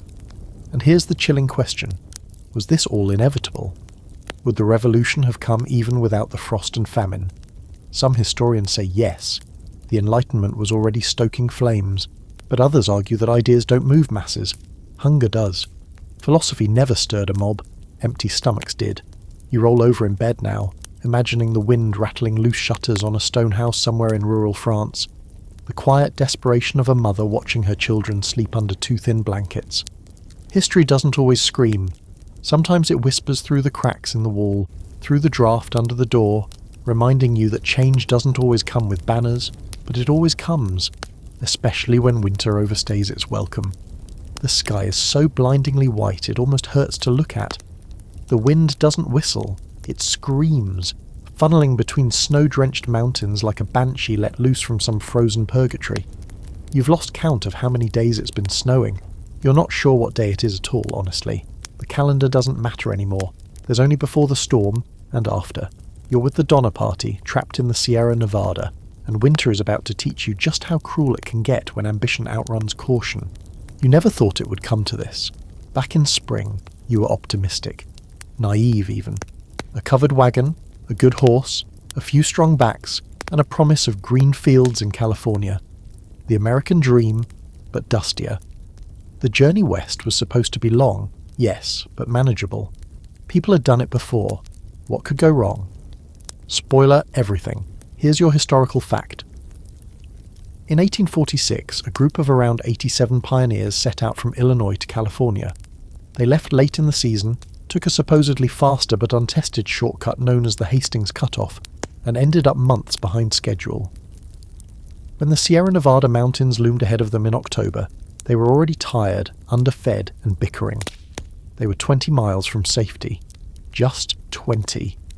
But that's when the snow came, and it didn't stop. By early November, the group was completely trapped. Snow piled up in drifts 20 feet high. Their wagons were stuck. Their cattle died. Trees snapped under the weight, and with each passing day, hope became thinner than the bark soup they were boiling for dinner. You imagine yourself inside one of their makeshift cabins, really just a log pile with a roof that leaks snow. The cold is not just outside, it's inside your bones. The fire flickers low. Your stomach feels like it's folding in on itself. People have stopped talking much. Eyes are hollow, cheeks are sunken. A few children have died, a few adults too. You don't ask who's next, you just try not to be. And then comes the part history never lets you forget. The cannibalism. It didn't start immediately. It wasn't taken lightly. But when weeks turned into months and there was nothing left, no game to hunt, no livestock, no bark, no leather, it happened. Survivors later said it wasn't murder. It was necessity. They waited until someone died naturally. Then they made the unthinkable decision to do what they had to do to stay alive. It's horrifying. It's also deeply human. When you're facing death by starvation in sub-zero temperatures, the rules of society melt away a lot faster than the snow ever will. Here's your quirky fringe fact. At least one member of the Donner Party, a German immigrant named Louis Kesselberg, was later accused of actually enjoying the cannibalism. Whether that's true or just a cruel bit of scapegoating is still debated. After the rescue, Kesselberg sued his accusers for defamation and won a small settlement. But for the rest of his life, people whispered behind his back, "That's the man who ate people." And rescue did come, eventually. But it took 4 separate relief parties, spread out over months to reach everyone. By the time the final survivors were brought out in April 1847, only 48 of the original 87 were still alive. The rest were buried in snowdrifts, or not buried at all. There's a fierce scholarly debate about whether the disaster could have been avoided. Was it really Hastings' fault for recommending that awful shortcut? Was it poor planning, arrogance, bad luck? Or was it just the weather? A brutal early winter that nobody could have seen coming. Some say the snow came early, others argue the party was too slow, too disorganised, too stubborn. And maybe it was all of it. Maybe that's how tragedy works. Not one wrong step, but 10 smaller ones all leading into a storm. You lie in bed now, maybe under 2 or 3 soft blankets, full from dinner, your thermostat quietly humming. But for a moment, you're in that snowy hellscape, watching snowflakes swirl like tiny knives, wondering how long your body can survive on memory alone. You hear the creak of trees above you, the slow drip of melting snow into a pot over a low flame, and the steady silence of people who are too weak to speak. You think about how many times in history cold has not just killed people, but stripped them down to their most primal selves. In cities, frost starves and protests erupt. On battlefields, it claims soldiers by the thousands. But here, in the Sierra Nevada, it isolated. It waited. It pushed a group of hopeful pioneers into the darkest pages of American memory and froze them there, forever. The Donner Party didn't die because they were weak. They died because they were human, caught between geography, hubris, and one of the most unforgiving winters the West had ever seen. And the survivors? They weren't heroes. They weren't villains. They were people who made impossible choices because the cold wouldn't give them any others. And you roll over in bed, the heat from your body trapped comfortably beneath your blankets. No howling wind outside, no bone broth made from actual bones, no 20-foot snowbanks between you and safety. Just a quiet night. And the knowledge that not every winter story ends with a miracle. Sometimes it just ends. You're sitting beside a lake, but it's not the kind you'd swim in. The surface is flat, dark and wind-stirred, with jagged peaks of the Swiss Alps casting long theatrical shadows across the water. There's a strange quiet to the place. Not eerie exactly, just muffled, like the world has been turned down a few notches. You pull your coat tighter. It's supposed to be summer, but you can see your breath. You glance up at the sky. Clouds again. Heavy, sullen, sunless clouds. You're in Geneva in 1816, and this isn't a vacation. It's a Gothic prologue. They'll call it the year without a summer, and you're already familiar with the cause. Mount Tambora erupting in 1815, flinging dust and ash into the atmosphere like confetti from the apocalypse. But here, in this moment, you're not thinking about volcanic ejecta or atmospheric sulfuric aerosols. You're thinking about how miserably cold it is for July. You're thinking about how everyone in the villa is getting a little bit weird. especially Lord Byron. Yes, that Lord Byron. You're in the middle of a now infamous gathering of literary minds, all hiding out from the bone-deep chill and endless rain in a borrowed mansion called Villa Diodati. Byron's brought along his personal physician, John Polidori. Mary Godwin is here too. She hasn't married Percy Shelley yet, but he's here, moody and poetic as always. They read ghost stories to each other by candlelight. They hold séances for fun. The lake, shrouded in mist, stares back blankly. Outside, crops are failing across Europe. In England, starving farmers loot grain carts. In Ireland, the potato crop withers in the frozen ground. In Switzerland, food prices triple, then quadruple. There's panic, disease, reports of people eating cats, bark, even grass. But here on the edge of the lake, the end of the world feels oddly poetic. Then, one night, Byron throws out a challenge. Each of us will write a ghost story. You'd expect this to be a harmless parlour game, the kind you abandon halfway through once the wine runs out. But not this group. This group is peak romanticism, with a side of repressed trauma and storm-induced cabin fever, and that's when Mary Shelley, just 18 years old, has a nightmare. A vision. A flicker of something strange. A young scientist, obsessed with cheating death. A corpse, animated by ambition and lightning. A creation unloved. Frankenstein is born, not in a dark lab, but in the long shadow of climate catastrophe. This wasn't just gothic drama, it was climate fiction, literally forged in a year when the sun vanished. Here's your historical fact. Mary Shelley's Frankenstein, published in 1818, is widely considered one of the first works of science fiction, and it was directly inspired by the cold, wet, miserable summer of 1816. Her preface explicitly references the ungenial summer that kept her indoors. It's easy to forget that behind the literary legacy was a very real atmosphere of gloom and uncertainty. And here's your quirky fringe fact. Sunspots, or rather the lack of them, also get pulled into the conversation. The sun was oddly quiet in the years surrounding Tambора's eruption, with fewer sunspots than usual. Some scientists speculate that this solar lull may have amplified the global cooling. So in a roundabout way, Frankenstein might owe its existence not just to a volcano, but to a sleepy sun. You can't make this stuff up. Well, you can. But Mary did it first. There's still academic debate today over how much weather shaped that story. Some argue it's overblown, that Frankenstein is more about industrialization, identity, or morality. Fair. But when you trace the mood of that summer, the eerie skies, the leafless trees in July, the news from home about famines and floods, it's hard not to feel the chill behind every word. That creature, stitched together from dead things, is born into a cold and hostile world, rejected by its creator, feared by society. Sound familiar? Now imagine yourself there, huddled near a fire in the villa, listening to the others read drafts of their stories. Polidori is working on something too, a story about a vampire aristocrat, which eventually becomes the model for Dracula. The wind is howling through the shutters, the lamps flicker, you're eating salted fish and stale bread because the market ran out of vegetables weeks ago. But somehow, this gloom is productive. It breeds invention, or maybe madness, and outside the literary circle, things are decidedly less romantic. Across Europe, food riots continue. Churches hold prayer services for sunlight. In North America, the Northeast faces black frosts in August. Crops are dead. Livestock are dying. There's a real fear that something fundamental has changed, that maybe this isn't just a bad year, but a permanent shift. The sun, one farmer writes in his diary, seems to have forgotten us. And the scholars still can't quite agree. Was Tambора's eruption alone responsible for the dark summer of 1816? Or did it ride the coattails of the Little Ice Age, boosted by solar inactivity and a string of other eruptions across the globe?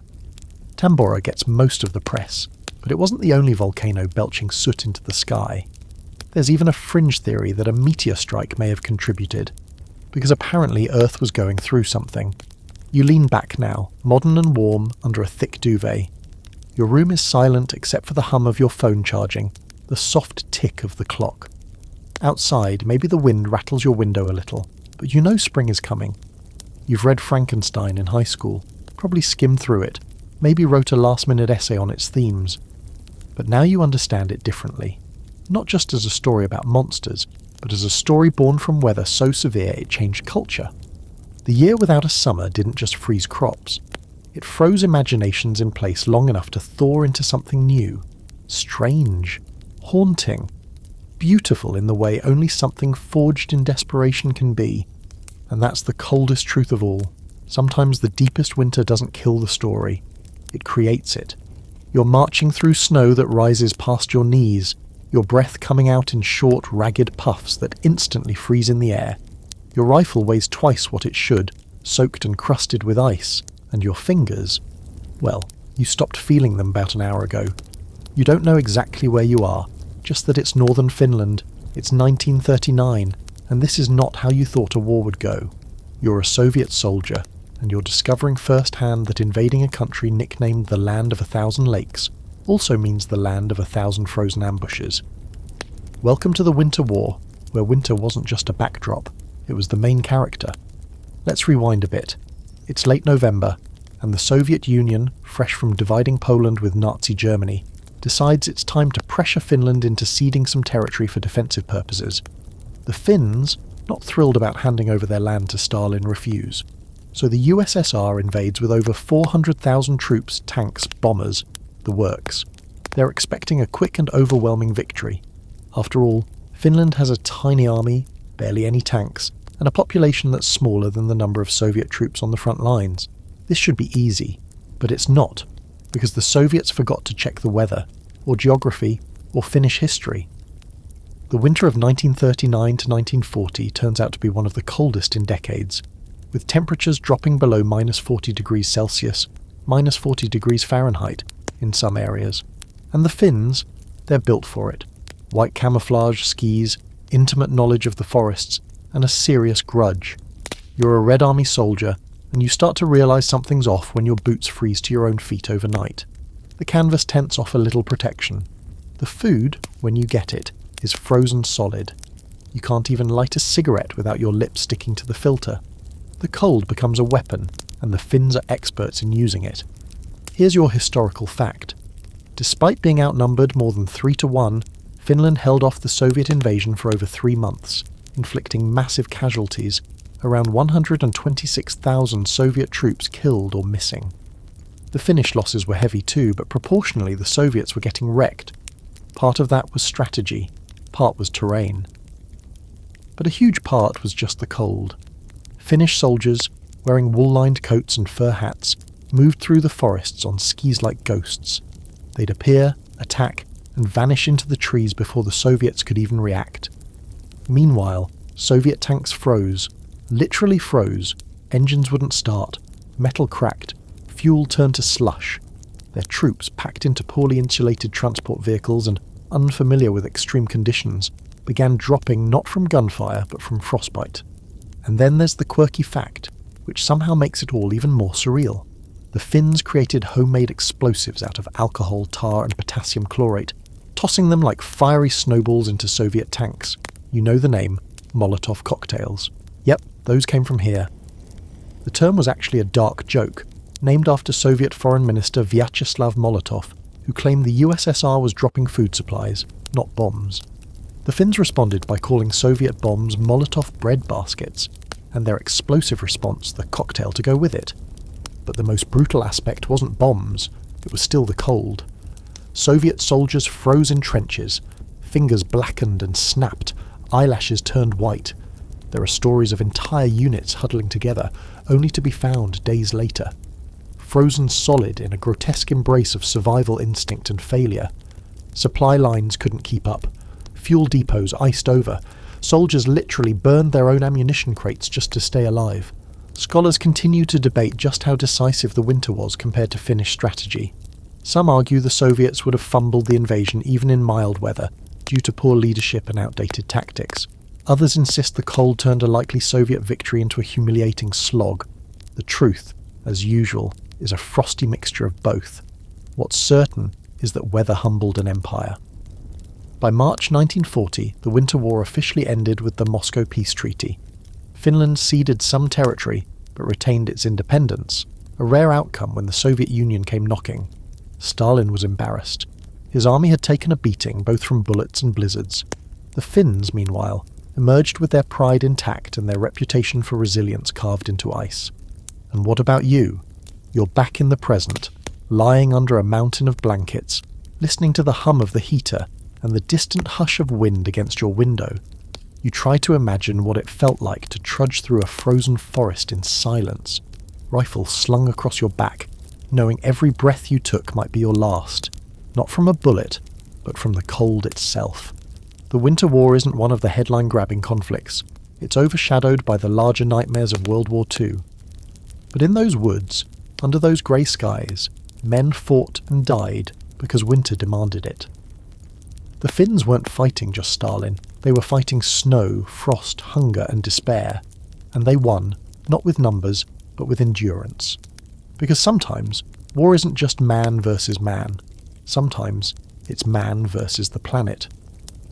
And in 1939, Finland proved that knowing how to ski and survive a whiteout mattered just as much, if not more, than having tanks and planes. The Earth picked a side that winter, and it wasn't the one with more soldiers. You're standing on cracked, barren earth, the colour of bone-dry toast, staring at a field that used to grow wheat, or corn, or maybe it was meant to grow anything but dust. The wind picks up, and with it comes another black blizzard, a storm made not of rain but of soil itself. You pull a bandana over your mouth and squint into the swirling darkness. It's Oklahoma, sometime in the 1930s. And while most people remember the Dust Bowl for its choking drought and endless dirt, fewer talk about what came after.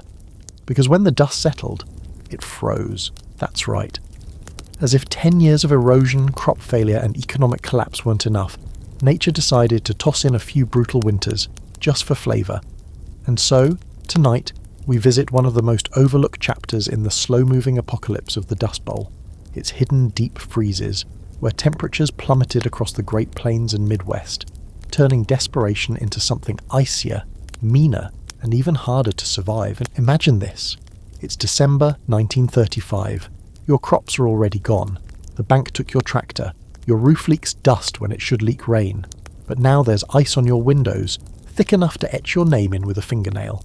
Snow blankets the bare, eroded land, and it doesn't even look real. It's like someone layered powdered sugar over a graveyard. The wheat fields are dead. The topsoil, long since blown into someone else's county, and now you have to deal with frostbite on top of everything else. Historical fact. During the winter of 1935 to 1936, temperatures across parts of the US dropped to historic lows. The Great Plains recorded weeks of sub-zero weather. In North Dakota, it hit minus 60 degrees Fahrenheit, minus 51 degrees Celsius. People froze to death just trying to walk to the barn. Trains stopped running. Snowdrifts piled higher than windows. Schools closed for months if they hadn't already shut down due to dust and poverty.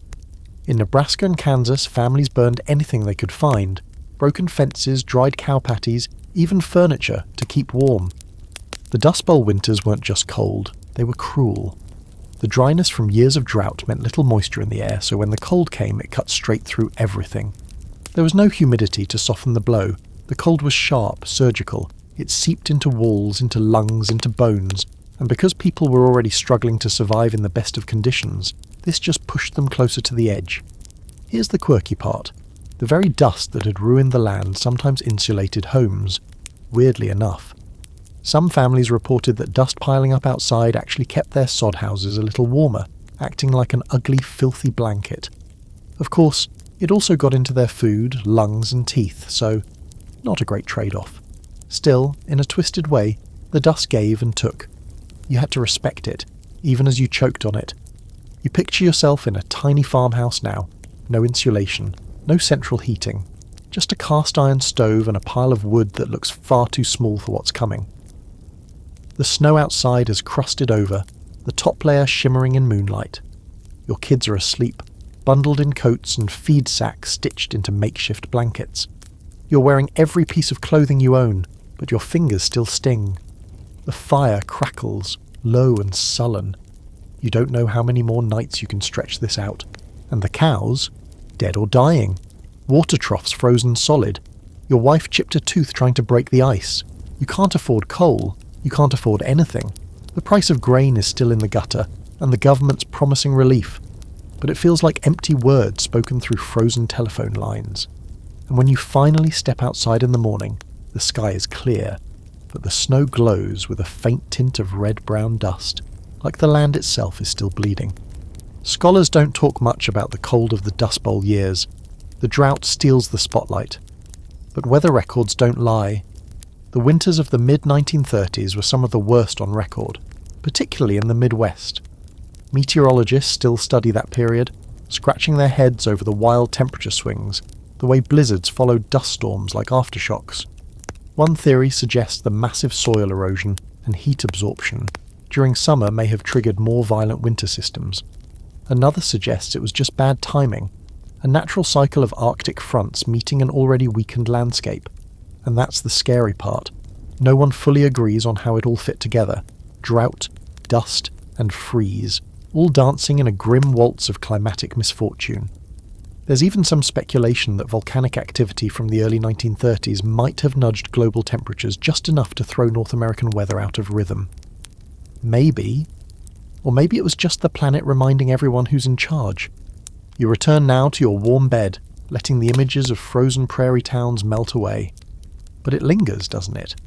The thought of huddling beneath patched quilts while a blizzard slaps against the door, knowing there's no food in the pantry, no money in the bank, and no crops in the ground. Just another morning, waiting for the sun to rise and hoping this time it brings warmth instead of wind. The Dust Bowl wasn't just about dryness, it was about extremes. Too dry, too cold, too cruel. And through it all, people didn't give up. They froze, they cracked, they broke, but many kept going. Because even when nature folds its arms and refuses to cooperate, sometimes the only thing left is stubbornness. And a good solid stove. You're not wearing the right shoes for this. That's the first thing you notice as you step onto a slushy cobblestone street. Your soul's immediately soaking through. Because you're in Naples, of all places, a city known for its pizza, its sunshine, its wild scooters and laundry-draped balconies. Not, historically, for snow, but on this rare and unsettling morning in the heart of southern Italy, it's white outside. Not fog, not ash. Snow. Thick, cold, unwelcome. And the locals are staring up at the sky like it's raining frogs. It's the winter of 1709, and yes, the same one that crushed France in a glacier-fueled economic spiral. But here, way down in the Mediterranean, something even stranger is happening. Because this region almost never sees snow. It's like waking up in Miami to find your pool frozen and a snowman in the shallow end. It doesn't compute, and yet, here it is. Naples, powdered like a Christmas card but without any of the joy. The orange trees are drooping, their fruit frozen mid-ripening. The stone steps leading up to the churches are slick with ice. The Vesuvius-silhouetted skyline is glazed in frost, and the people? Confused, cold, and more than a little superstitious. Here's your historical fact. This wasn't just a one-time fluke. Naples recorded multiple snowfalls over the 17th and 18th centuries, often coinciding with particularly harsh winters in northern Europe. But 1709 stands out because it wasn't just a sprinkle, it was a full-blown freeze, part of the larger Great Frost event we've already visited. This wasn't winter getting playful, it was winter invading. Locals at the time wrote about the cold like it was a punishment from God. Churches filled with people praying for warmth, for spring, for forgiveness. Because what else explained snow in Naples? The city's fountains froze solid. The fish markets had to shut down, not because of ice on the roads, but because the sea itself began to freeze along the shoreline. You imagine standing on the edge of the Bay of Naples and seeing slush lapping at the dock. Salt water, frozen. That's not normal. That's ominous. And here's a quirky bit of fringe history. Some astrologers of the time blamed a planetary alignment for the snow. Jupiter, Saturn and Mars had been stacking up in the sky, and the more esoteric thinkers were convinced that when the planets get too cozy, the Earth gets nervous. So nervous it freezes. Others, more grounded but still creative, thought it was volcanic steam from Vesuvius reacting with sea air and creating a localized snowstorm. An imaginative stretch, sure, but people were grasping for anything that made the ice make sense. Now let's back up a few years. The mid to late 1600s saw strange winters across the Mediterranean. In Rome, the Tiber River froze over. People skated under the ancient bridges. In Sicily, Frost killed off olive trees that had been growing for generations. Even parts of North Africa saw snowfall. This wasn't just a one-city phenomenon. It was a southern chill that reached places thought to be impervious to winter's worst. Climatologists now think these odd cold snaps were part of the Little Ice Age, amplified by volcanic activity like the eruption of Mount Etna in 1669, a big one that likely disturbed regional weather patterns. Ash clouds, solar dimming, jet stream weirdness, it all adds up. Sort of. But there's still debate. Mediterranean snowfall is so rare that many ancient accounts are written in wide-eyed disbelief, which makes them both fascinating and frustrating for modern historians. Was it really snow, or hail, or frost mistaken for flurries? But in 1709 there's no doubt. Naples is frozen, and the consequences ripple outward. Citrus crops are lost, vineyards suffer, grain imports slow because shipping becomes dangerous, and the poorest suffer the most, as always. You walk past a family huddled outside a shuttered bakery. The father's beard is rimmed with ice. The mother wraps her shawl around a baby so tightly it looks like a bundle of rags. They're waiting for the church bells to ring. Sometimes that means soup. Sometimes it just means another funeral. And what about you? You're staying in a villa on the hillside. Normally you'd have a view of the sparkling bay, the islands dotting the horizon. But today, all you see is fog and frost. You try to warm your hands by a tiny fireplace that's barely lit because the wood's too damp to burn properly. The stone walls are sweating cold, and even wrapped in blankets you're shivering. In the city, someone builds a snowman, clumsily, joylessly. People gather around, not to admire it, but to cross themselves. It's unnatural, they whisper. The kids aren't laughing, they're hungry, they're scared. The novelty of snow wears off fast when there's no firewood and the pasta's frozen in its pot. By the end of the month, the snow melts, the streets flood. Cold gives way to wet. Disease follows. The runoff carries sewage into drinking water. The hospitals fill, and like that, Naples goes from freezing to rotting, all within a few brutal weeks. Modern scholars look back on this and scratch their heads. How did Naples, a city not known for wool coats and sleds, handle these mini ice ages? The answer is, not well. There's very little infrastructure for extreme cold in warm weather cities even today. Back then, it was chaos, and not the good kind. Just suffering, poorly documented, swept under the rug of southern sunshine once the thaw came. You lie in bed now, heater humming, not a single snowflake in sight. But the idea of Naples under snow lingers, doesn't it? That quiet dissonance. Palm trees frosted like pastries, fishermen slipping on icy piers, saints in stained glass staring down at frozen pews, a city out of place in its own climate, blinking in confusion at the sky. Because sometimes history isn't about big battles or famous names. Sometimes it's about the day winter took a vacation south and ruined everything. You're climbing a staircase so steep and snow-covered it might as well be carved into the side of a glacier. Your breath comes in short bursts, fogging the air around your scarf-wrapped face. Below you is a winding mountain road. Above you, the roof of a small wooden inn clings to the side of the cliff like it's afraid of falling off. Welcome to Snow Country. Not just a poetic nickname, but a brutally literal one. You're in Japan in the early 1800s, walking through the thick, unforgiving winters of Echigo Province, one of the snowiest inhabited regions on Earth.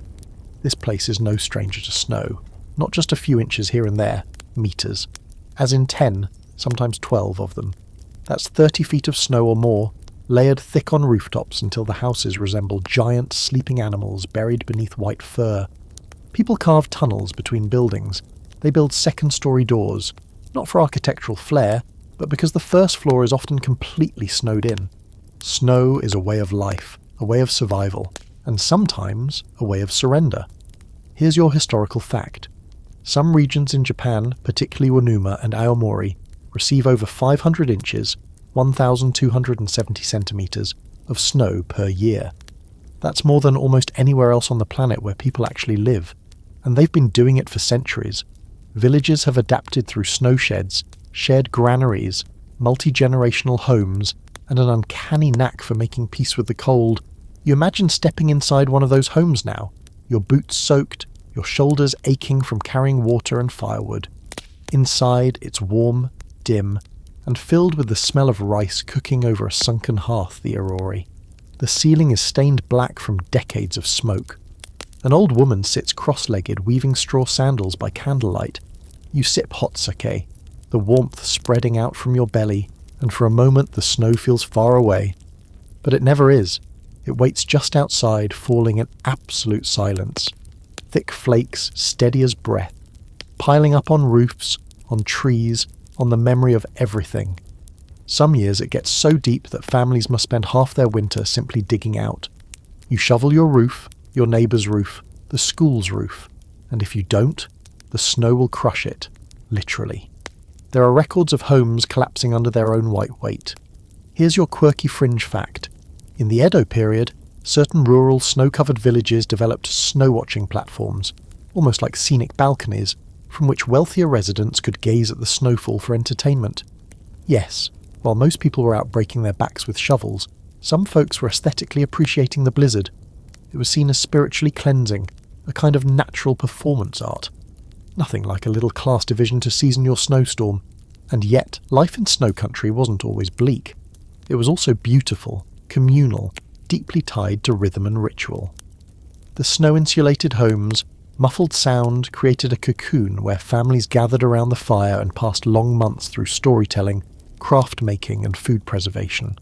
This is the season of pickled vegetables, fermented bean paste, dried persimmons and thick mochi cakes.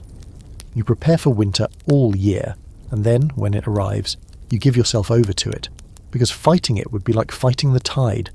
But of course, things don't always go smoothly. Avalanches are a constant threat. In some regions, entire villages have been relocated after being repeatedly buried. Travel becomes nearly impossible. Children walk to school with yukigeta, snowshoes made of bamboo and cloaks layered in oil paper to repel the wet. It's charming in the abstract, until you realise that some of these kids are hiking miles through snowstorms just to learn their multiplication tables. There's scholarly debate about how snow country shaped Japanese culture as a whole. Some argue that the stoicism, community cohesion, and minimalism often associated with traditional Japanese values come directly from these long winters. Others think that's reading too much into it, that yes, the snow forced adaptation, but it didn't define the entire national character. Still, it's hard to ignore the influence when so much regional literature, especially from authors like Yasunari Kawabata, centres on the snow's psychological weight. Kawabata even titled his Nobel Prize-winning novel Snow Country, a haunting story set in these icy mountain towns, where the landscape is both breathtaking and suffocating. The snow is a metaphor, of course, for isolation, memory, longing, but it's also just there, relentlessly falling, like time itself. You go outside now, back into the storm. The snow is up to your thighs, and it's still falling. The cold isn't brutal. It's quiet, persistent, inevitable. You stop and look around. Everything is white. The mountains rise around you like frozen waves, and you can hear the soft rumble of snow sliding somewhere in the distance. Not an avalanche. Not yet. Just gravity doing what gravity does. And here's the most startling part. Despite centuries of hardship, people still live here. They still farm rice in the summer, they still raise families, they still shovel and dry persimmons and watch the snow fall from their second-story porches. They've turned survival into ceremony. The snow comes, and they bow their heads and wait. Not out of defeat, but out of respect. Back in your warm bed, the hum of a heater in your ears, you think about what it takes to live a life in a place where half the year is winter, where getting to school is an expedition, and a shovel is as important as a spoon. You think about how snow, in the right amounts, is beautiful, but when it overstays its welcome, it becomes something else, something heavier, something to build your life around. Not everyone can live in snow country, but for those who do, every winter is a quiet victory. You're standing at the edge of what should be a vast, unforgiving sea, but instead it looks like a pale, rippled field. The Baltic Sea in front of you is frozen over, not just crusted with ice, not a delicate film you might cautiously tiptoe across, but solid, thick, and eerie in its quiet stillness. It's the middle of winter in Sweden, probably the 17th century, and the horizon is one long frigid sheet of possibility. You can't see where the sea ends and the sky begins, just a white blur. And the really strange part, there's a military convoy marching across it. Yes, armies crossing a frozen sea. You're not hallucinating. You're witnessing one of the most bizarre and dangerous logistical feats in military history. When winter didn't stop war, it enabled it. The year is 1658, and Sweden is locked in a brutal conflict with Denmark. King Charles X, Gustav of Sweden, is ambitious, aggressive, and just barely crazy enough to think the weather is on his side. After a string of victories and a hunger for more land, he gets word from his scouts. The sea ice is thick, thicker than anyone expected, and not just near the coast. The Danish archipelago, usually protected by the salty waters of the Little Belt and Great Belt Straits, is frozen solid. Suddenly, Denmark is no longer surrounded by water. It's exposed. And Charles sees his moment. Here's your historical fact. During the Second Northern War, in February 1658, the Swedish army conducted the now legendary march across the belts, crossing the frozen sea straits from Jutland to the Danish islands. More than 9,000 soldiers, plus cavalry, cannons and supply wagons, moved across the ice-covered Baltic, an act so risky it sounds like folklore. But it happened, and it worked. You imagine being one of those soldiers. You're wearing layers of wool, leather and what's left of your courage. You're walking across what your instincts tell you is wrong. People don't walk on oceans. But there's a commander ahead shouting encouragement, and 1,000 boots behind you making retreat impossible. Every creak of ice beneath your feet sounds like doom, and yet, it holds. Somehow. The march takes days. Wind whips across the flatness, offering no cover, no sound except your own breathing and the soft crunch of ice underfoot. Horses whinny nervously. The cannons are dragged on sleds. You pass men who've slipped and broken limbs, others frostbitten and silent. But you keep moving, because if the ice gives way now, none of it matters. Charles's gamble pays off. His troops reach the island of Zealand unopposed. The Danes, blindsided and completely unprepared for an attack from the ice, are forced into a treaty. The result? The Treaty of Roskilde, where Denmark cedes massive territory to Sweden. Scania, Blekinge, Halland and more. Sweden becomes briefly a dominant power in northern Europe, and it was made possible not by superior tactics or technology, but by a very, very cold winter. Now here's your quirky fringe fact. During the same period, parts of the Baltic were so frozen that mail routes were established over the sea, with sleds and even pop-up taverns set up on the ice. Temporary inns built on frozen water, serving hot drinks to travellers crossing from one country to another. Imagine sipping warm mead while sitting on a wooden stool above 20 feet of icy death. People didn't just fear the ice, they used it. This wasn't a one-time fluke either. The Baltic Sea froze over in other winters as well, especially during the Little Ice Age, when sea ice pushed further south than usual. In 1426, and again in the 18th century, people crossed from Germany to Denmark on foot. Ferries. Optional. Just wait for January and bring a sled. Scholars still argue over the exact thickness of the ice during Charles's march. Was it uniformly thick, or were parts barely passable? Did the army spread out to reduce weight or take risks over thin patches? Some believe Charles got lucky. Others think he had ice scouts mapping it days ahead. The truth is likely a blend of bravado and desperation. Sweden was stretched thin. Charles needed a miracle. Winter gave him one. But it wasn't without cost. Not all soldiers survived the cold. Frostbite claimed fingers, ears, feet. Some supply wagons were lost, and if the ice had cracked at the wrong moment, if a thaw had come a day earlier, Charles's entire army could have vanished into the sea. His legacy would have been a footnote about poor timing instead of a chapter about iceborne conquest. You stand now at the edge of the same sea, imagining it frozen once more. Today, with warming temperatures and rising salinity, the Baltic doesn't freeze the way it used to. The odds of repeating a march across the belts today? Practically zero. Modern navies don't wait for winter, they send drones. But something about those soldiers, walking across a sea with muskets and cannonballs, feels more terrifying, more human. Back in your warm room, you listen to the gentle churn of a dishwasher or the hum of a distant train. No creaking ice beneath your feet, no howling winds sweeping across a frozen ocean, just comfort, predictability, the idea that seas stay liquid and armies stay on land. But for a brief, surreal moment in the 17th century, winter said otherwise, and one king listened. The silence is unbearable, not the peaceful kind, but the kind that hums with tension, the kind where each breath feels like it echoes too loudly. You're inside a frozen city, windows taped, Doors barricaded, the air brittle with fear. Outside it's snowing softly, deceptively gentle. But this isn't a peaceful winter. This is Leningrad, 1941. The Nazis have surrounded the city. No one's getting in. No one's getting out. And the cold? The cold is your constant companion gnawing at your skin, your stomach, your soul. This is the siege of Leningrad, one of the most brutal and harrowing chapters of World War II. For 872 days, from September 1941 to January 1944, the city was encircled by German and Finnish forces, cut off from supplies and subjected to relentless shelling and starvation. But what made the siege truly unforgettable was the winter, more than one in fact, during which nature joined the assault with deadly precision.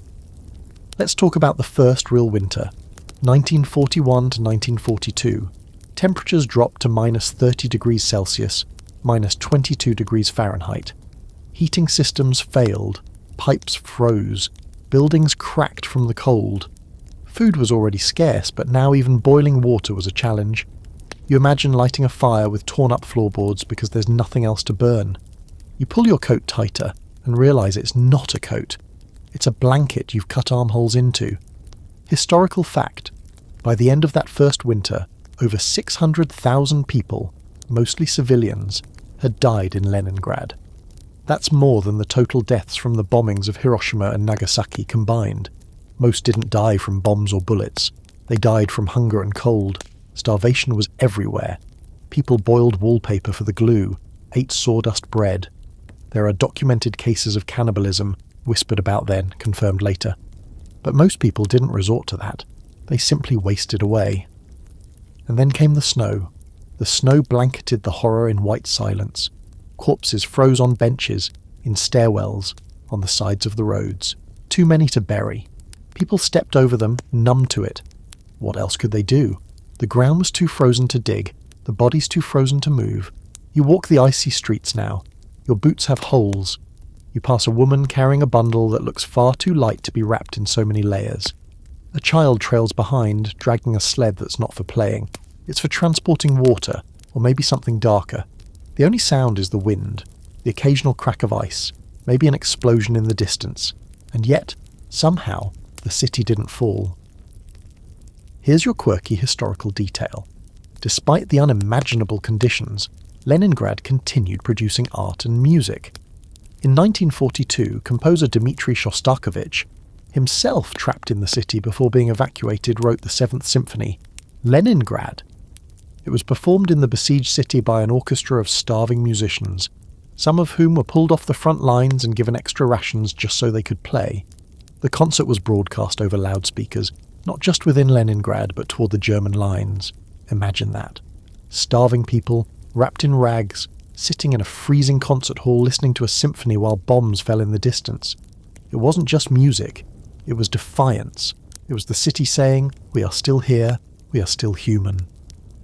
The scholarly debate surrounding Leningrad's winters centres on this brutal duality.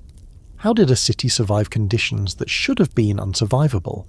Was it Stalin's iron will? The people's resilience? The cold's equal cruelty to both sides? The truth is likely all of it. What's certain is that winter shaped the entire experience of the siege. Without it, perhaps the Germans would have taken the city, or perhaps the people inside would have broken sooner. But winter levelled the battlefield and raised the cost. The Soviet response to the cold was both desperate and resourceful. Families sealed windows with anything they could find: cloth, newspaper, even clothing. Entire apartment blocks became communal living spaces to share heat. People learned to cook anything remotely edible: fermented cabbage, sawdust crackers, boiled shoe leather. You chewed slowly, savouring calories like treasure. The Road of Life, a makeshift ice road across frozen Lake Ladoga, became the city's only lifeline. Trucks carried in food and supplies, skidding across miles of thin, cracking ice, while German bombers circled above. On the way back, they carried out the sick, the dying, and the hopeful. Many of them never made it. You stand on the edge of Lake Ladoga now, staring at what looks like just another sheet of frozen water. But you know better. Beneath this ice are stories, thousands of them, of heroism, tragedy, and sheer endurance. You feel the weight of it, the sheer emotional gravity of a city that froze but never surrendered. And then the thaw came. slowly, like everything else.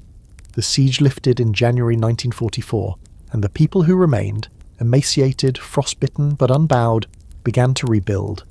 Buildings were patched, railways reconnected, bodies were buried finally, but the scars, both physical and psychological, never fully healed. Back in your bed, you shift beneath your blankets, your stomach full, your fingers warm. You think of the woman in the stairwell, the boy with the sled, the orchestra playing into the cold. You think of silence that wasn't peaceful but hollow, and the snow, always the snow, covering everything not to hide it, but to preserve it. Because Leningrad didn't just survive a siege, it survived a winter that tried to erase it, and failed. You're walking through a quiet neighborhood that doesn't feel quite real. Trees lean under the weight of something heavier than snow, something shinier, stranger. Every twig, every blade of grass, every power line and rooftop is encased in a shell of ice. Thick, glassy, glistening under a sky the colour of pewter. This isn't a fairy tale winter wonderland. It's Canada. It's January 1998, and you're in the middle of one of the worst ice storms in modern history. At first glance, it's beautiful. Absurdly so. Everything is shimmering, frozen in time. You snap a photo, maybe two, before the cold starts biting at your fingertips, and then you hear it. Crack. A soft pop, then a slow creaking groan like a massive ship breaking apart, and suddenly a tree collapses, dragging a tangle of frozen power lines with it. Sparks fly. Somewhere the lights go out. For good. This was the North American ice storm of 1998, and it hit eastern Ontario, Quebec, New Brunswick, and parts of the northeastern US, with a level of devastation usually reserved for hurricanes or wars. Unlike a blizzard, which is loud and obvious, an ice storm sneaks up. It begins with freezing rain, a drizzle that coats every surface and then locks it into a crystalline prison. For 5 straight days, that rain fell, and the world turned to glass. Here's your historical fact. The 1998 ice storm affected over 5 million people, caused $5.4 billion in damages, and resulted in 35 direct deaths, with dozens more indirectly due to exposure, fires, or carbon monoxide poisoning from improvised heating. Over 1,000 transmission towers collapsed under the weight of ice, some of them massive steel structures, bent like twist ties. At its peak, 3 million people were without power, some for over a month. You walk into a grocery store lit by candles and flashlights. The shelves are half empty. The generator hums like a dying animal in the background.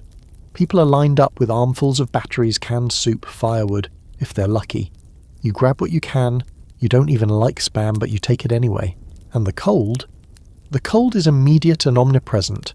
Homes lose heat quickly. Pipes burst. Basements flood. People huddle under blankets in living rooms, lighting candles, burning furniture, breathing into cupped hands. You visit neighbours, elderly relatives, anyone who might be vulnerable. Some have fireplaces. Most don't. The lucky ones have gas stoves or generators. The rest just wait. Here's your quirky fringe fact. In some parts of rural Quebec, residents began sleeping in their cars, running them for heat, and taking shifts through the night to prevent carbon monoxide buildup. Others lived in shopping malls, community centres, even hockey arenas turned into emergency shelters. Imagine being wrapped in a coat, eating stale cookies, trying to sleep under fluorescent lights while the world outside freezes in slow motion. But this wasn't just a local event. The scale of the damage was national. The Canadian military deployed 16,000 troops, the largest peacetime deployment in the country's history, to clear debris, deliver supplies, and assist with evacuations. Roads became treacherous or impassable. Crews worked around the clock to restore power, only to watch fresh ice undo everything they'd just repaired. It was Sisyphean, and it went on for weeks. The emotional toll was just as heavy. People lost homes, businesses shuttered, farms collapsed. Dairy farmers, unable to milk cows or refrigerate milk, watched entire herds suffer. Some had to dump gallons of spoiled milk into ditches while the cows shivered in frozen barns. The sound of chainsaws became as common as birdsong, cutting fallen trees, clearing driveways, slicing through the wreckage of a frozen world. Climatologists still analyse the event with a mix of awe and dread. How could it have happened so quickly? How did one slow-moving system unleash such a vast and prolonged disaster? The culprit was a rare alignment of warm air above cold air near the surface, creating perfect freezing rain conditions, and then that pattern just stalled, dumping moisture over the same regions for nearly 120 hours. It was like someone had hit pause on the atmosphere while slowly twisting the cold knob. Debate continues about how climate change may or may not affect future ice storms. Some argue that warming trends will reduce their frequency. Others suggest they'll become more intense, as volatile weather patterns create the perfect chaos cocktail. Either way, what happened in '98 is still considered the benchmark, the nightmare scenario emergency planners quietly dread. And what about the human response? In the aftermath, people didn't riot. They didn't loot. They checked on their neighbours. They shared firewood.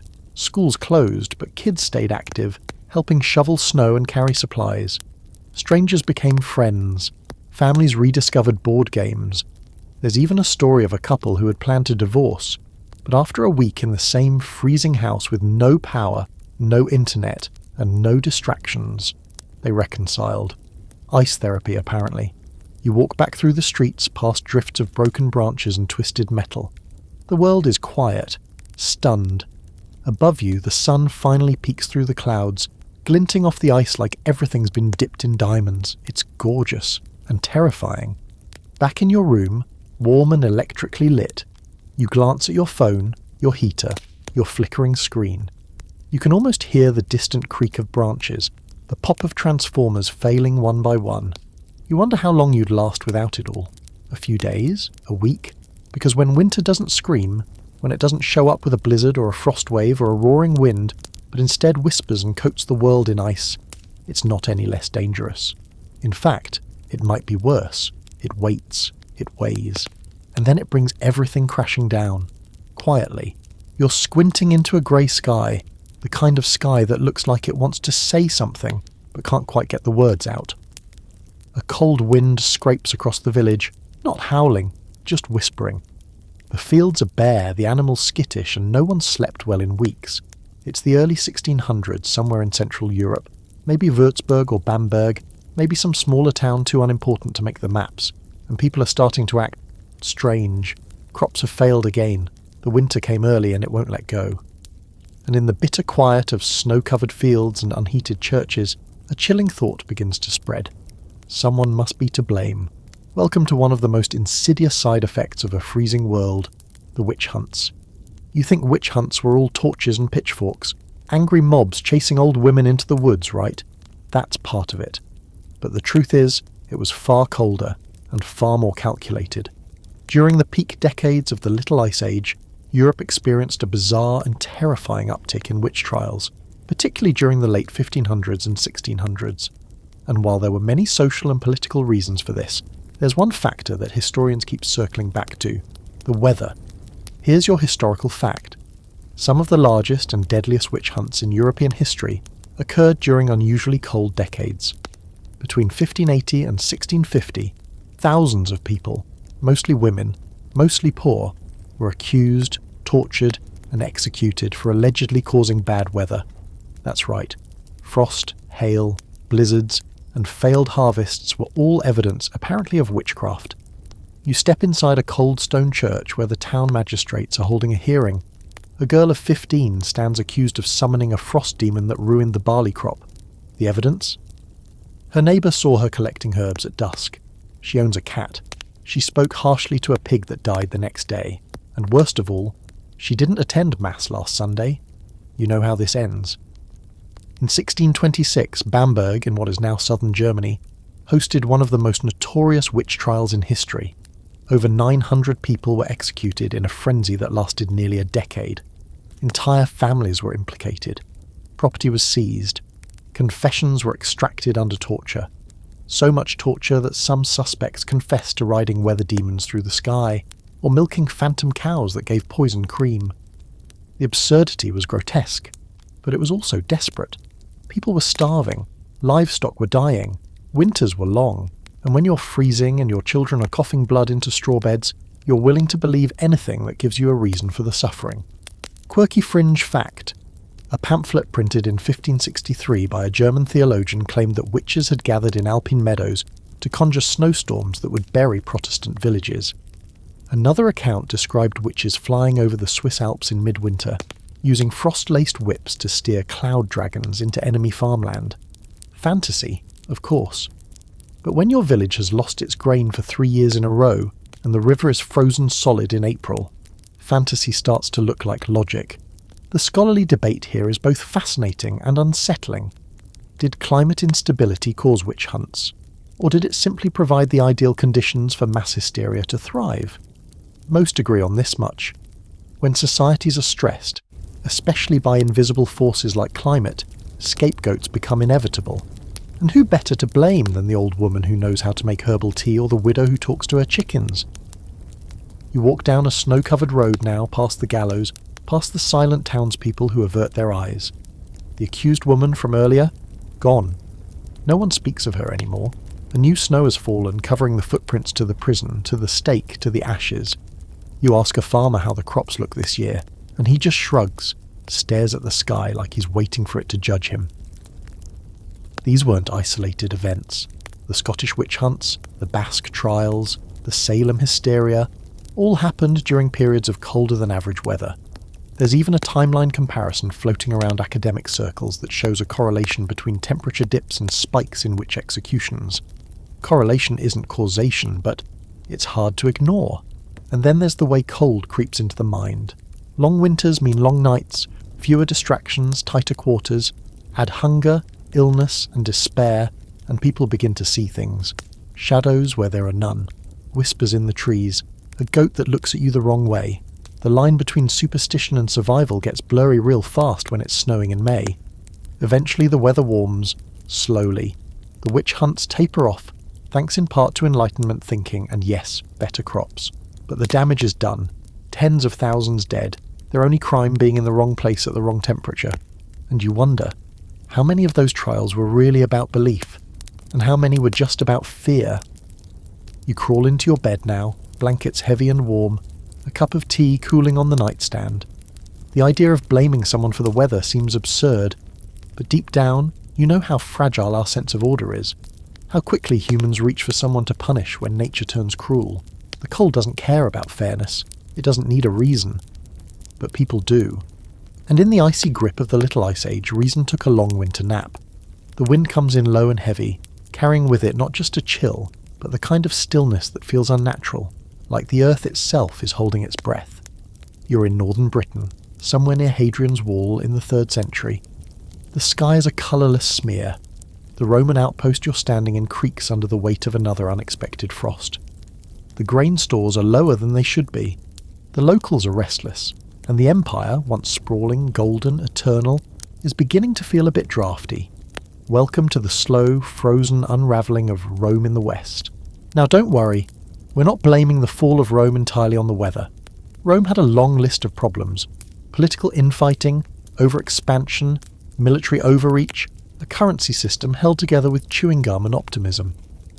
But one factor that's been lurking more and more in the academic background is climate instability, and the possibility that a series of brutal winters and cold snaps helped chip away at one of the most powerful empires in history. Here's your historical fact.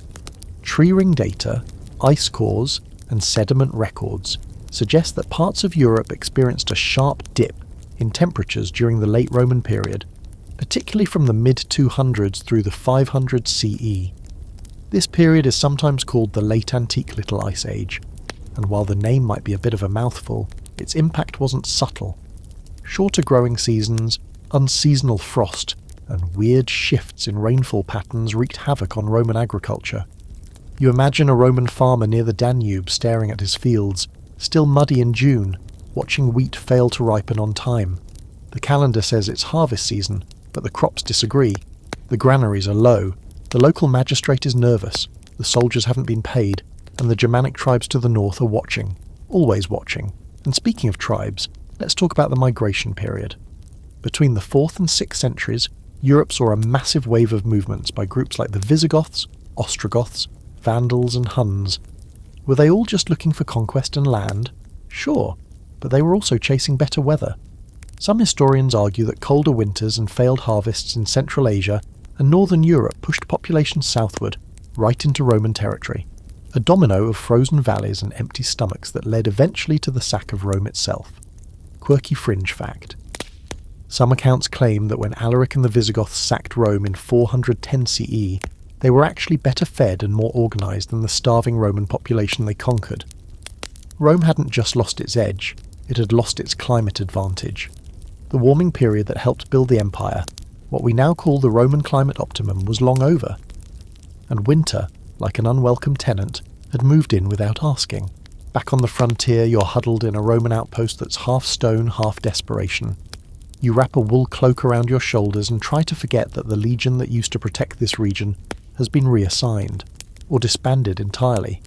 The Picts are growing bolder.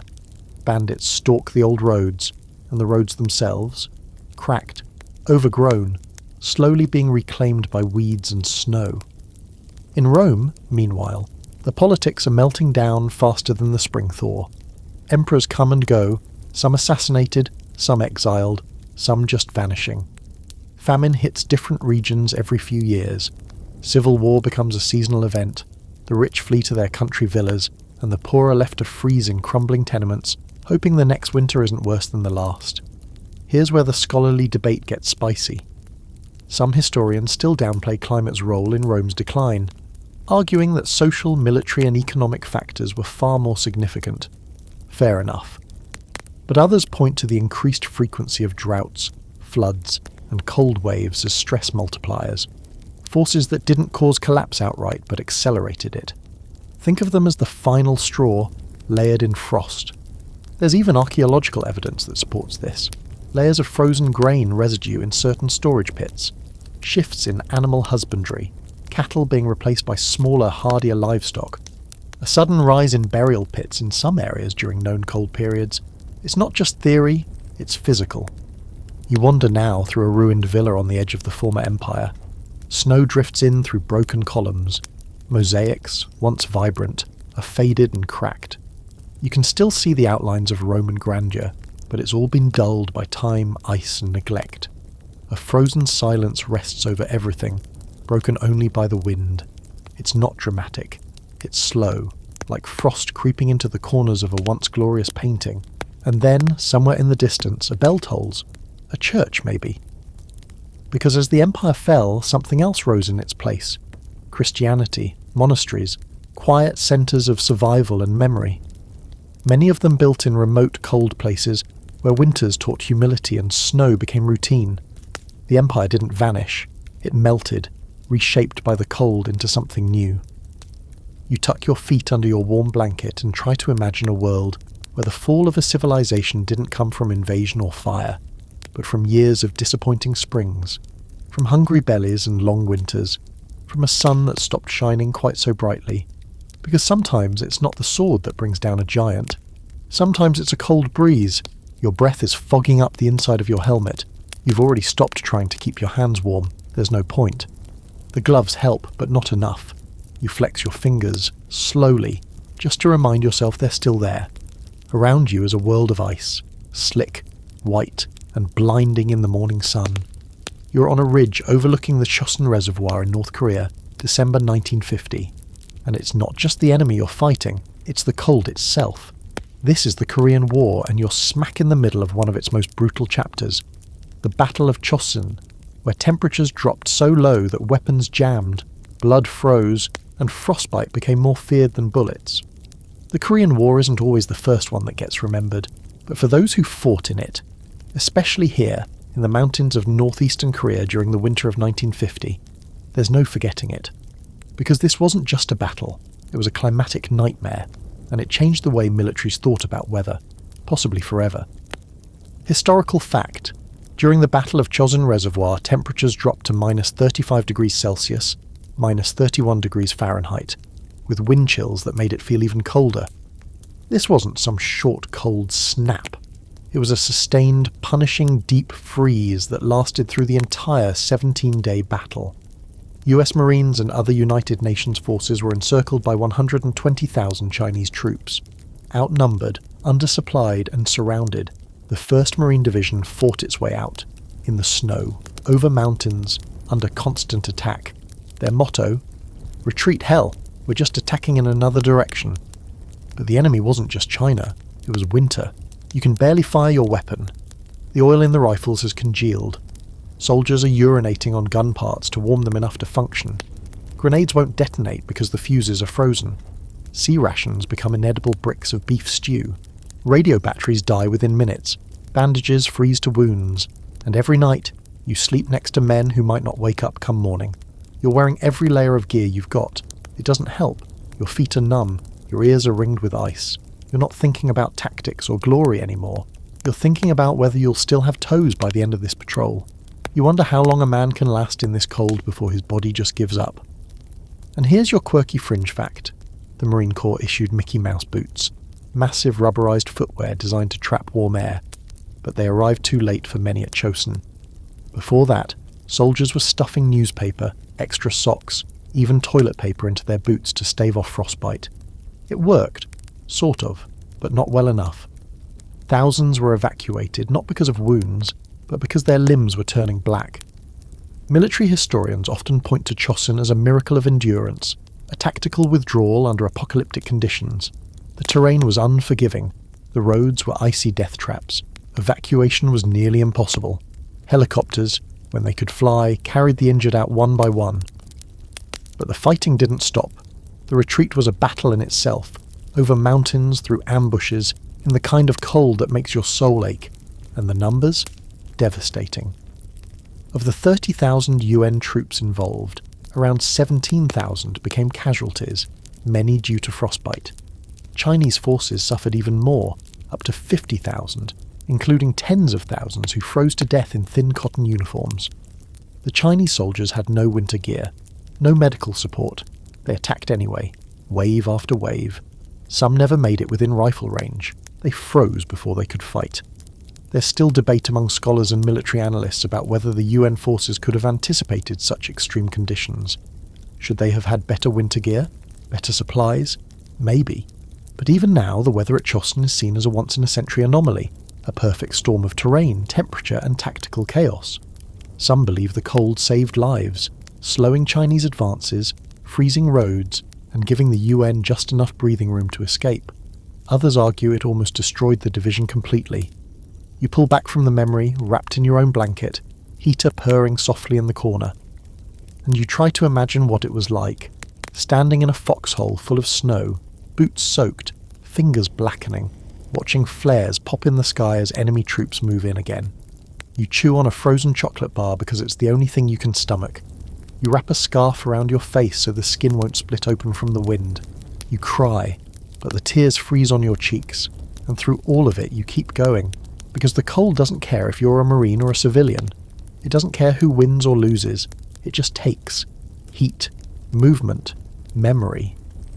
The men who survived Chosin were called the Frozen Chosen, a nickname that sounds almost light-hearted until you understand what it cost.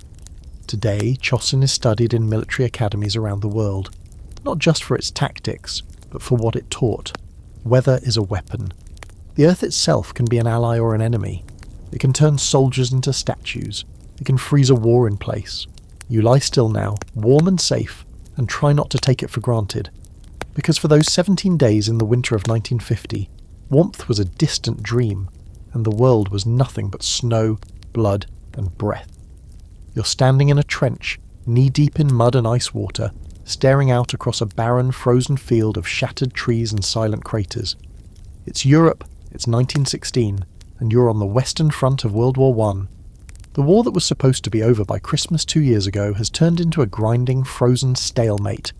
And now, with winter pressing down like a leaden sky, you're learning what thousands already know. Cold doesn't stop war, it just makes it more miserable. You're wrapped in a heavy wool coat that hasn't been dry since you were issued it. Your gloves are stiff with frost.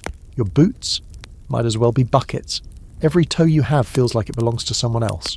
The smell down here is part rot, part gunpowder, and part something worse. Wet fabric that's forgotten what dry feels like. Someone coughs. Someone else mutters a prayer. The morning frost crunches underfoot, then gives way to slush. You're not sure which is worse. Here's your historical fact. Winter conditions on the Western Front were so brutal that entire battalions suffered mass casualties from exposure alone.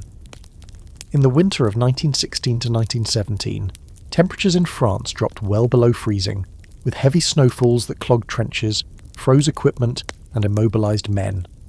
Frostbite and trench foot became epidemic. Medical stations were overwhelmed, not just with wounds, but with blackened limbs, swollen joints, and soldiers who simply couldn't stop shivering. And then there's the snow. It softens the battlefield, dulls the edges. Bullets still fly, but they land with quieter thuds. The artillery is no less deadly, but the sound is stranger, muffled by powder-dusted fields. You think that might be a kindness, until you realise the snow also conceals bodies, and in a trench war where land is gained and lost by the yard, that means stepping over someone who might not be sleeping. You watch as a young private pours hot water into a metal mug and stirs in a chunk of whatever is passing for coffee today. The steam rises and vanishes instantly. He hands it to you. You sip. It's mostly warm, mostly bitter, and entirely priceless. Little comforts mean everything when the world outside is a hell frozen over. Here's your quirky fringe fact. To combat trench foot, officers eventually ordered troops to grease their feet with whale oil before putting on dry socks. Each soldier required multiple tins of the stuff, applied daily. It helped, marginally. But you still ended up with medical diaries full of grotesque drawings. Feet ballooned to twice their size, toes like purple marshmallows, nails peeling off like wet bark. You hear about the Christmas truce of 1914, when soldiers from both sides emerged from their trenches, shook hands, exchanged cigarettes, even played soccer in the snow.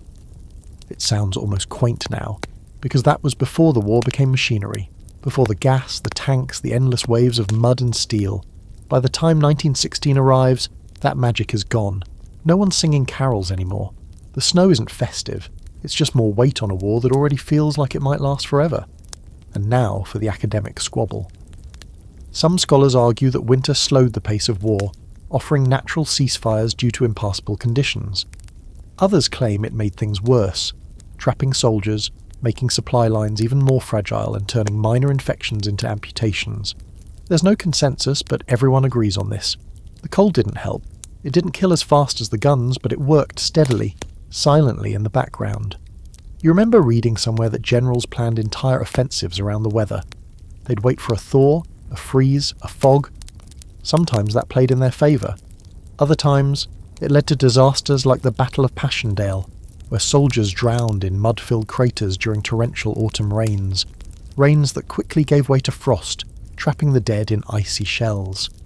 You look down at your own boots now. They're caked in layers of slush and grime, and somewhere beneath that is a sock you haven't changed in days.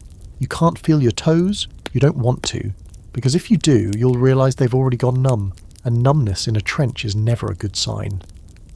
The shelling starts again. Distant thuds at first, then closer. You duck instinctively, even though you've been through this before. Snow sprays up from the lip of the trench. Somewhere, someone yells. Somewhere else, someone doesn't. You press your back against the icy wall of the trench and breathe slowly through your nose. 1 breath. 2. The snow falls again, undisturbed by the violence. It always comes back, like it has no memory of what it covered yesterday. And then the quiet returns. Not peace, just silence. You pull your coat tighter, sip the last of your coffee, listen to the wind whistling through broken barbed wire.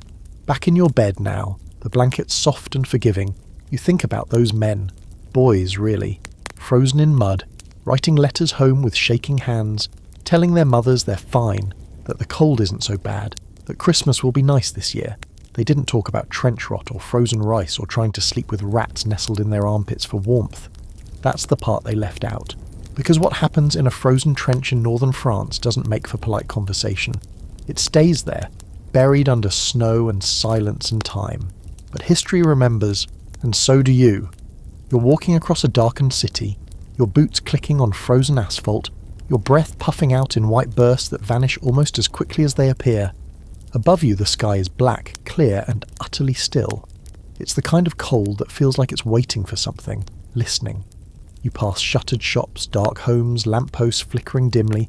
If at all, you're in Texas, of all places, February 2021, and what you're feeling isn't just cold, it's collapse. This was supposed to be a quick winter snap. A novelty, maybe. Something people would laugh about on social media while sipping cocoa and posting selfies in rare snow. But then the power went out, and then the water stopped running, And then people started dying in their homes, wrapped in blankets, surrounded by candles and silence. This wasn't quaint. This was Winter Storm Uri, one of the most devastating and surreal weather disasters in recent US memory. Historical fact: in mid-February 2021, an Arctic air mass descended far further south than usual, plunging the state of Texas and large swaths of the southern US into a deep freeze. Temperatures dropped to -2 degrees Fahrenheit, -19 degrees Celsius, in places like Dallas. Millions lost power as the state's power grid, isolated, deregulated, and deeply unprepared for cold, buckled under demand. Rolling blackouts became full outages, frozen pipes burst, water treatment facilities failed, grocery stores emptied in hours, roads iced over. People were trapped, in the dark, in the cold, with no idea when it would end. And here you are, walking through it, looking up at the stars, wondering how a place known for barbecue, sunburns, and air conditioning suddenly became the setting for a slow-motion disaster movie. You pass a family huddled in a parked car, engine idling. You smell gasoline and hear the faint hum of heat. They're not going anywhere. They're living in that car tonight. You see another house with flickering lights and a cord snaking out to the driveway, where it plugs into a neighbour's generator. Sharing power, sharing survival. No one's asking political questions right now. They're asking, do you have heat? Or, can I borrow some water? Now for the quirky fringe detail. In some neighbourhoods, locals began melting snow in buckets just to flush toilets. Others used pool water, or even boiled water from hot tubs. There were even reports of campfires being built inside living rooms, chimneys or not. A fire marshal in Houston described the scene as a return to pre-industrial life, overnight. The smell of wood smoke mixed with the sound of emergency sirens and cracking pipes. And it wasn't just the cold, it was the infrastructure failure. Texas operates its own power grid, ERCOT, largely disconnected from the two national grids that cover the rest of the country. That independence, while useful for avoiding federal regulation, came with a cost. No backup. No easy way to borrow energy from other states when demand spiked. And because Texas doesn't usually get Arctic temperatures, most power plants weren't weatherized. Turbines froze, natural gas lines clogged with ice. Equipment failed, not because of snow, but because it was never meant to operate in these conditions, and the debate exploded. Some blamed wind power, others pointed to the gas infrastructure, some shouted about green energy failure, others pointed out that this wasn't a political failure, it was a planning failure, one that left 4.5 million people without power in freezing conditions, one that killed at least 246 people, though some experts believe the real number is far higher. Not all deaths in freezing homes make the news, and the most unsettling part? It wasn't that cold, not compared to, say, Minnesota or Canada. The problem wasn't the temperature, it was the unpreparedness. A modern state brought to its knees, not by a blizzard but by a weather system that wandered a little too far south. You pass a woman carrying firewood in a plastic laundry basket, her breath sharp, her face red. She nods at you, the kind of nod that says, yeah, this is real. A dog trots beside her, paws lifting high in the snow. Somewhere in the distance a siren wails, then cuts out. You pass a grocery store with a handwritten sign taped to the window. No water, no bread, no milk. Try again. Tomorrow. Some scholars now call this a climate wake-up call. Not because it was caused by climate change directly, but because it showed how fragile even rich, developed societies are when weather steps out of bounds. As warming continues, weird winters like Uri could become more common. Polar vortexes dipping lower, jet streams meandering like lost rivers. It won't always be hotter. Sometimes it'll be colder in places that aren't ready. There's already debate about how to fortify the grid. Weatherproofing, regulation, redundancy. But the conversation comes too late for the people who froze in mobile homes, in apartments without insulation, in houses where pipes exploded like water balloons. Back in your own space, warm, well lit, humming with stable electricity. You try to shake the feeling, but it sticks. The idea that just a few degrees of cold, in the wrong place, at the wrong time, can turn a state upside down. That weather doesn't need to be record-breaking to be catastrophic, it just needs to outpace the plan. And maybe that's the lesson tonight. That winter doesn't always look like war or famine or collapse on the scale of empires. Sometimes, it looks like a ceiling fan frozen in place, a sleeping bag unzipped on a living room floor, a mother boiling snow to bathe her kids. Sometimes it looks like a flashlight beam cutting through a dark hallway, looking for a switch that no longer works. And now here you are, warm, safe, eyes heavy, wrapped in blankets that, mercifully, haven't frozen to your skin. The room is still. The lights are soft. There's probably a gentle hum in the background. Your fan, maybe, or the fridge doing its quiet mechanical breathing. You made it through. Not just this bedtime story, but through 1,000 years of winter, one icy footstep at a time. You've travelled across myth and empire, famine and firewood, siege and snowfall. You've marched with Napoleon until your breath turned to frost. You've huddled inside a Leningrad apartment waiting for soup that wouldn't come. You've watched the Mississippi freeze, the Baltic become a highway, and southern Italy stare blankly at snow that shouldn't exist. You've learned that history isn't just made in summer. When kings parade and crops wave in the breeze, it's also made in the dead of winter when everything slows, shivers, and sometimes stops altogether. There's something deeply humbling about that, isn't there? The idea that ice, not ideology, not invention, not ambition, can undo everything. That all it takes is a sky gone quiet, a sun that hides for too long, and suddenly the strongest systems begin to creak. No matter how advanced we think we are, we still wear coats, light fires, check weather apps before we leave the house. We're still just people in the cold, hoping the thaw comes soon. But there's also resilience, because time and again through all these stories someone figures it out. They dig the roof out, or build a better boot, or write a symphony in the middle of a siege. People adapt, they survive. Not always beautifully, not always fairly, but enough to keep going. And maybe that's what matters. So now finally you can let it go. Let your mind wander somewhere quieter, somewhere warmer. The ice is behind you, the fire is crackling, the danger has passed. Let the snow keep falling if it wants.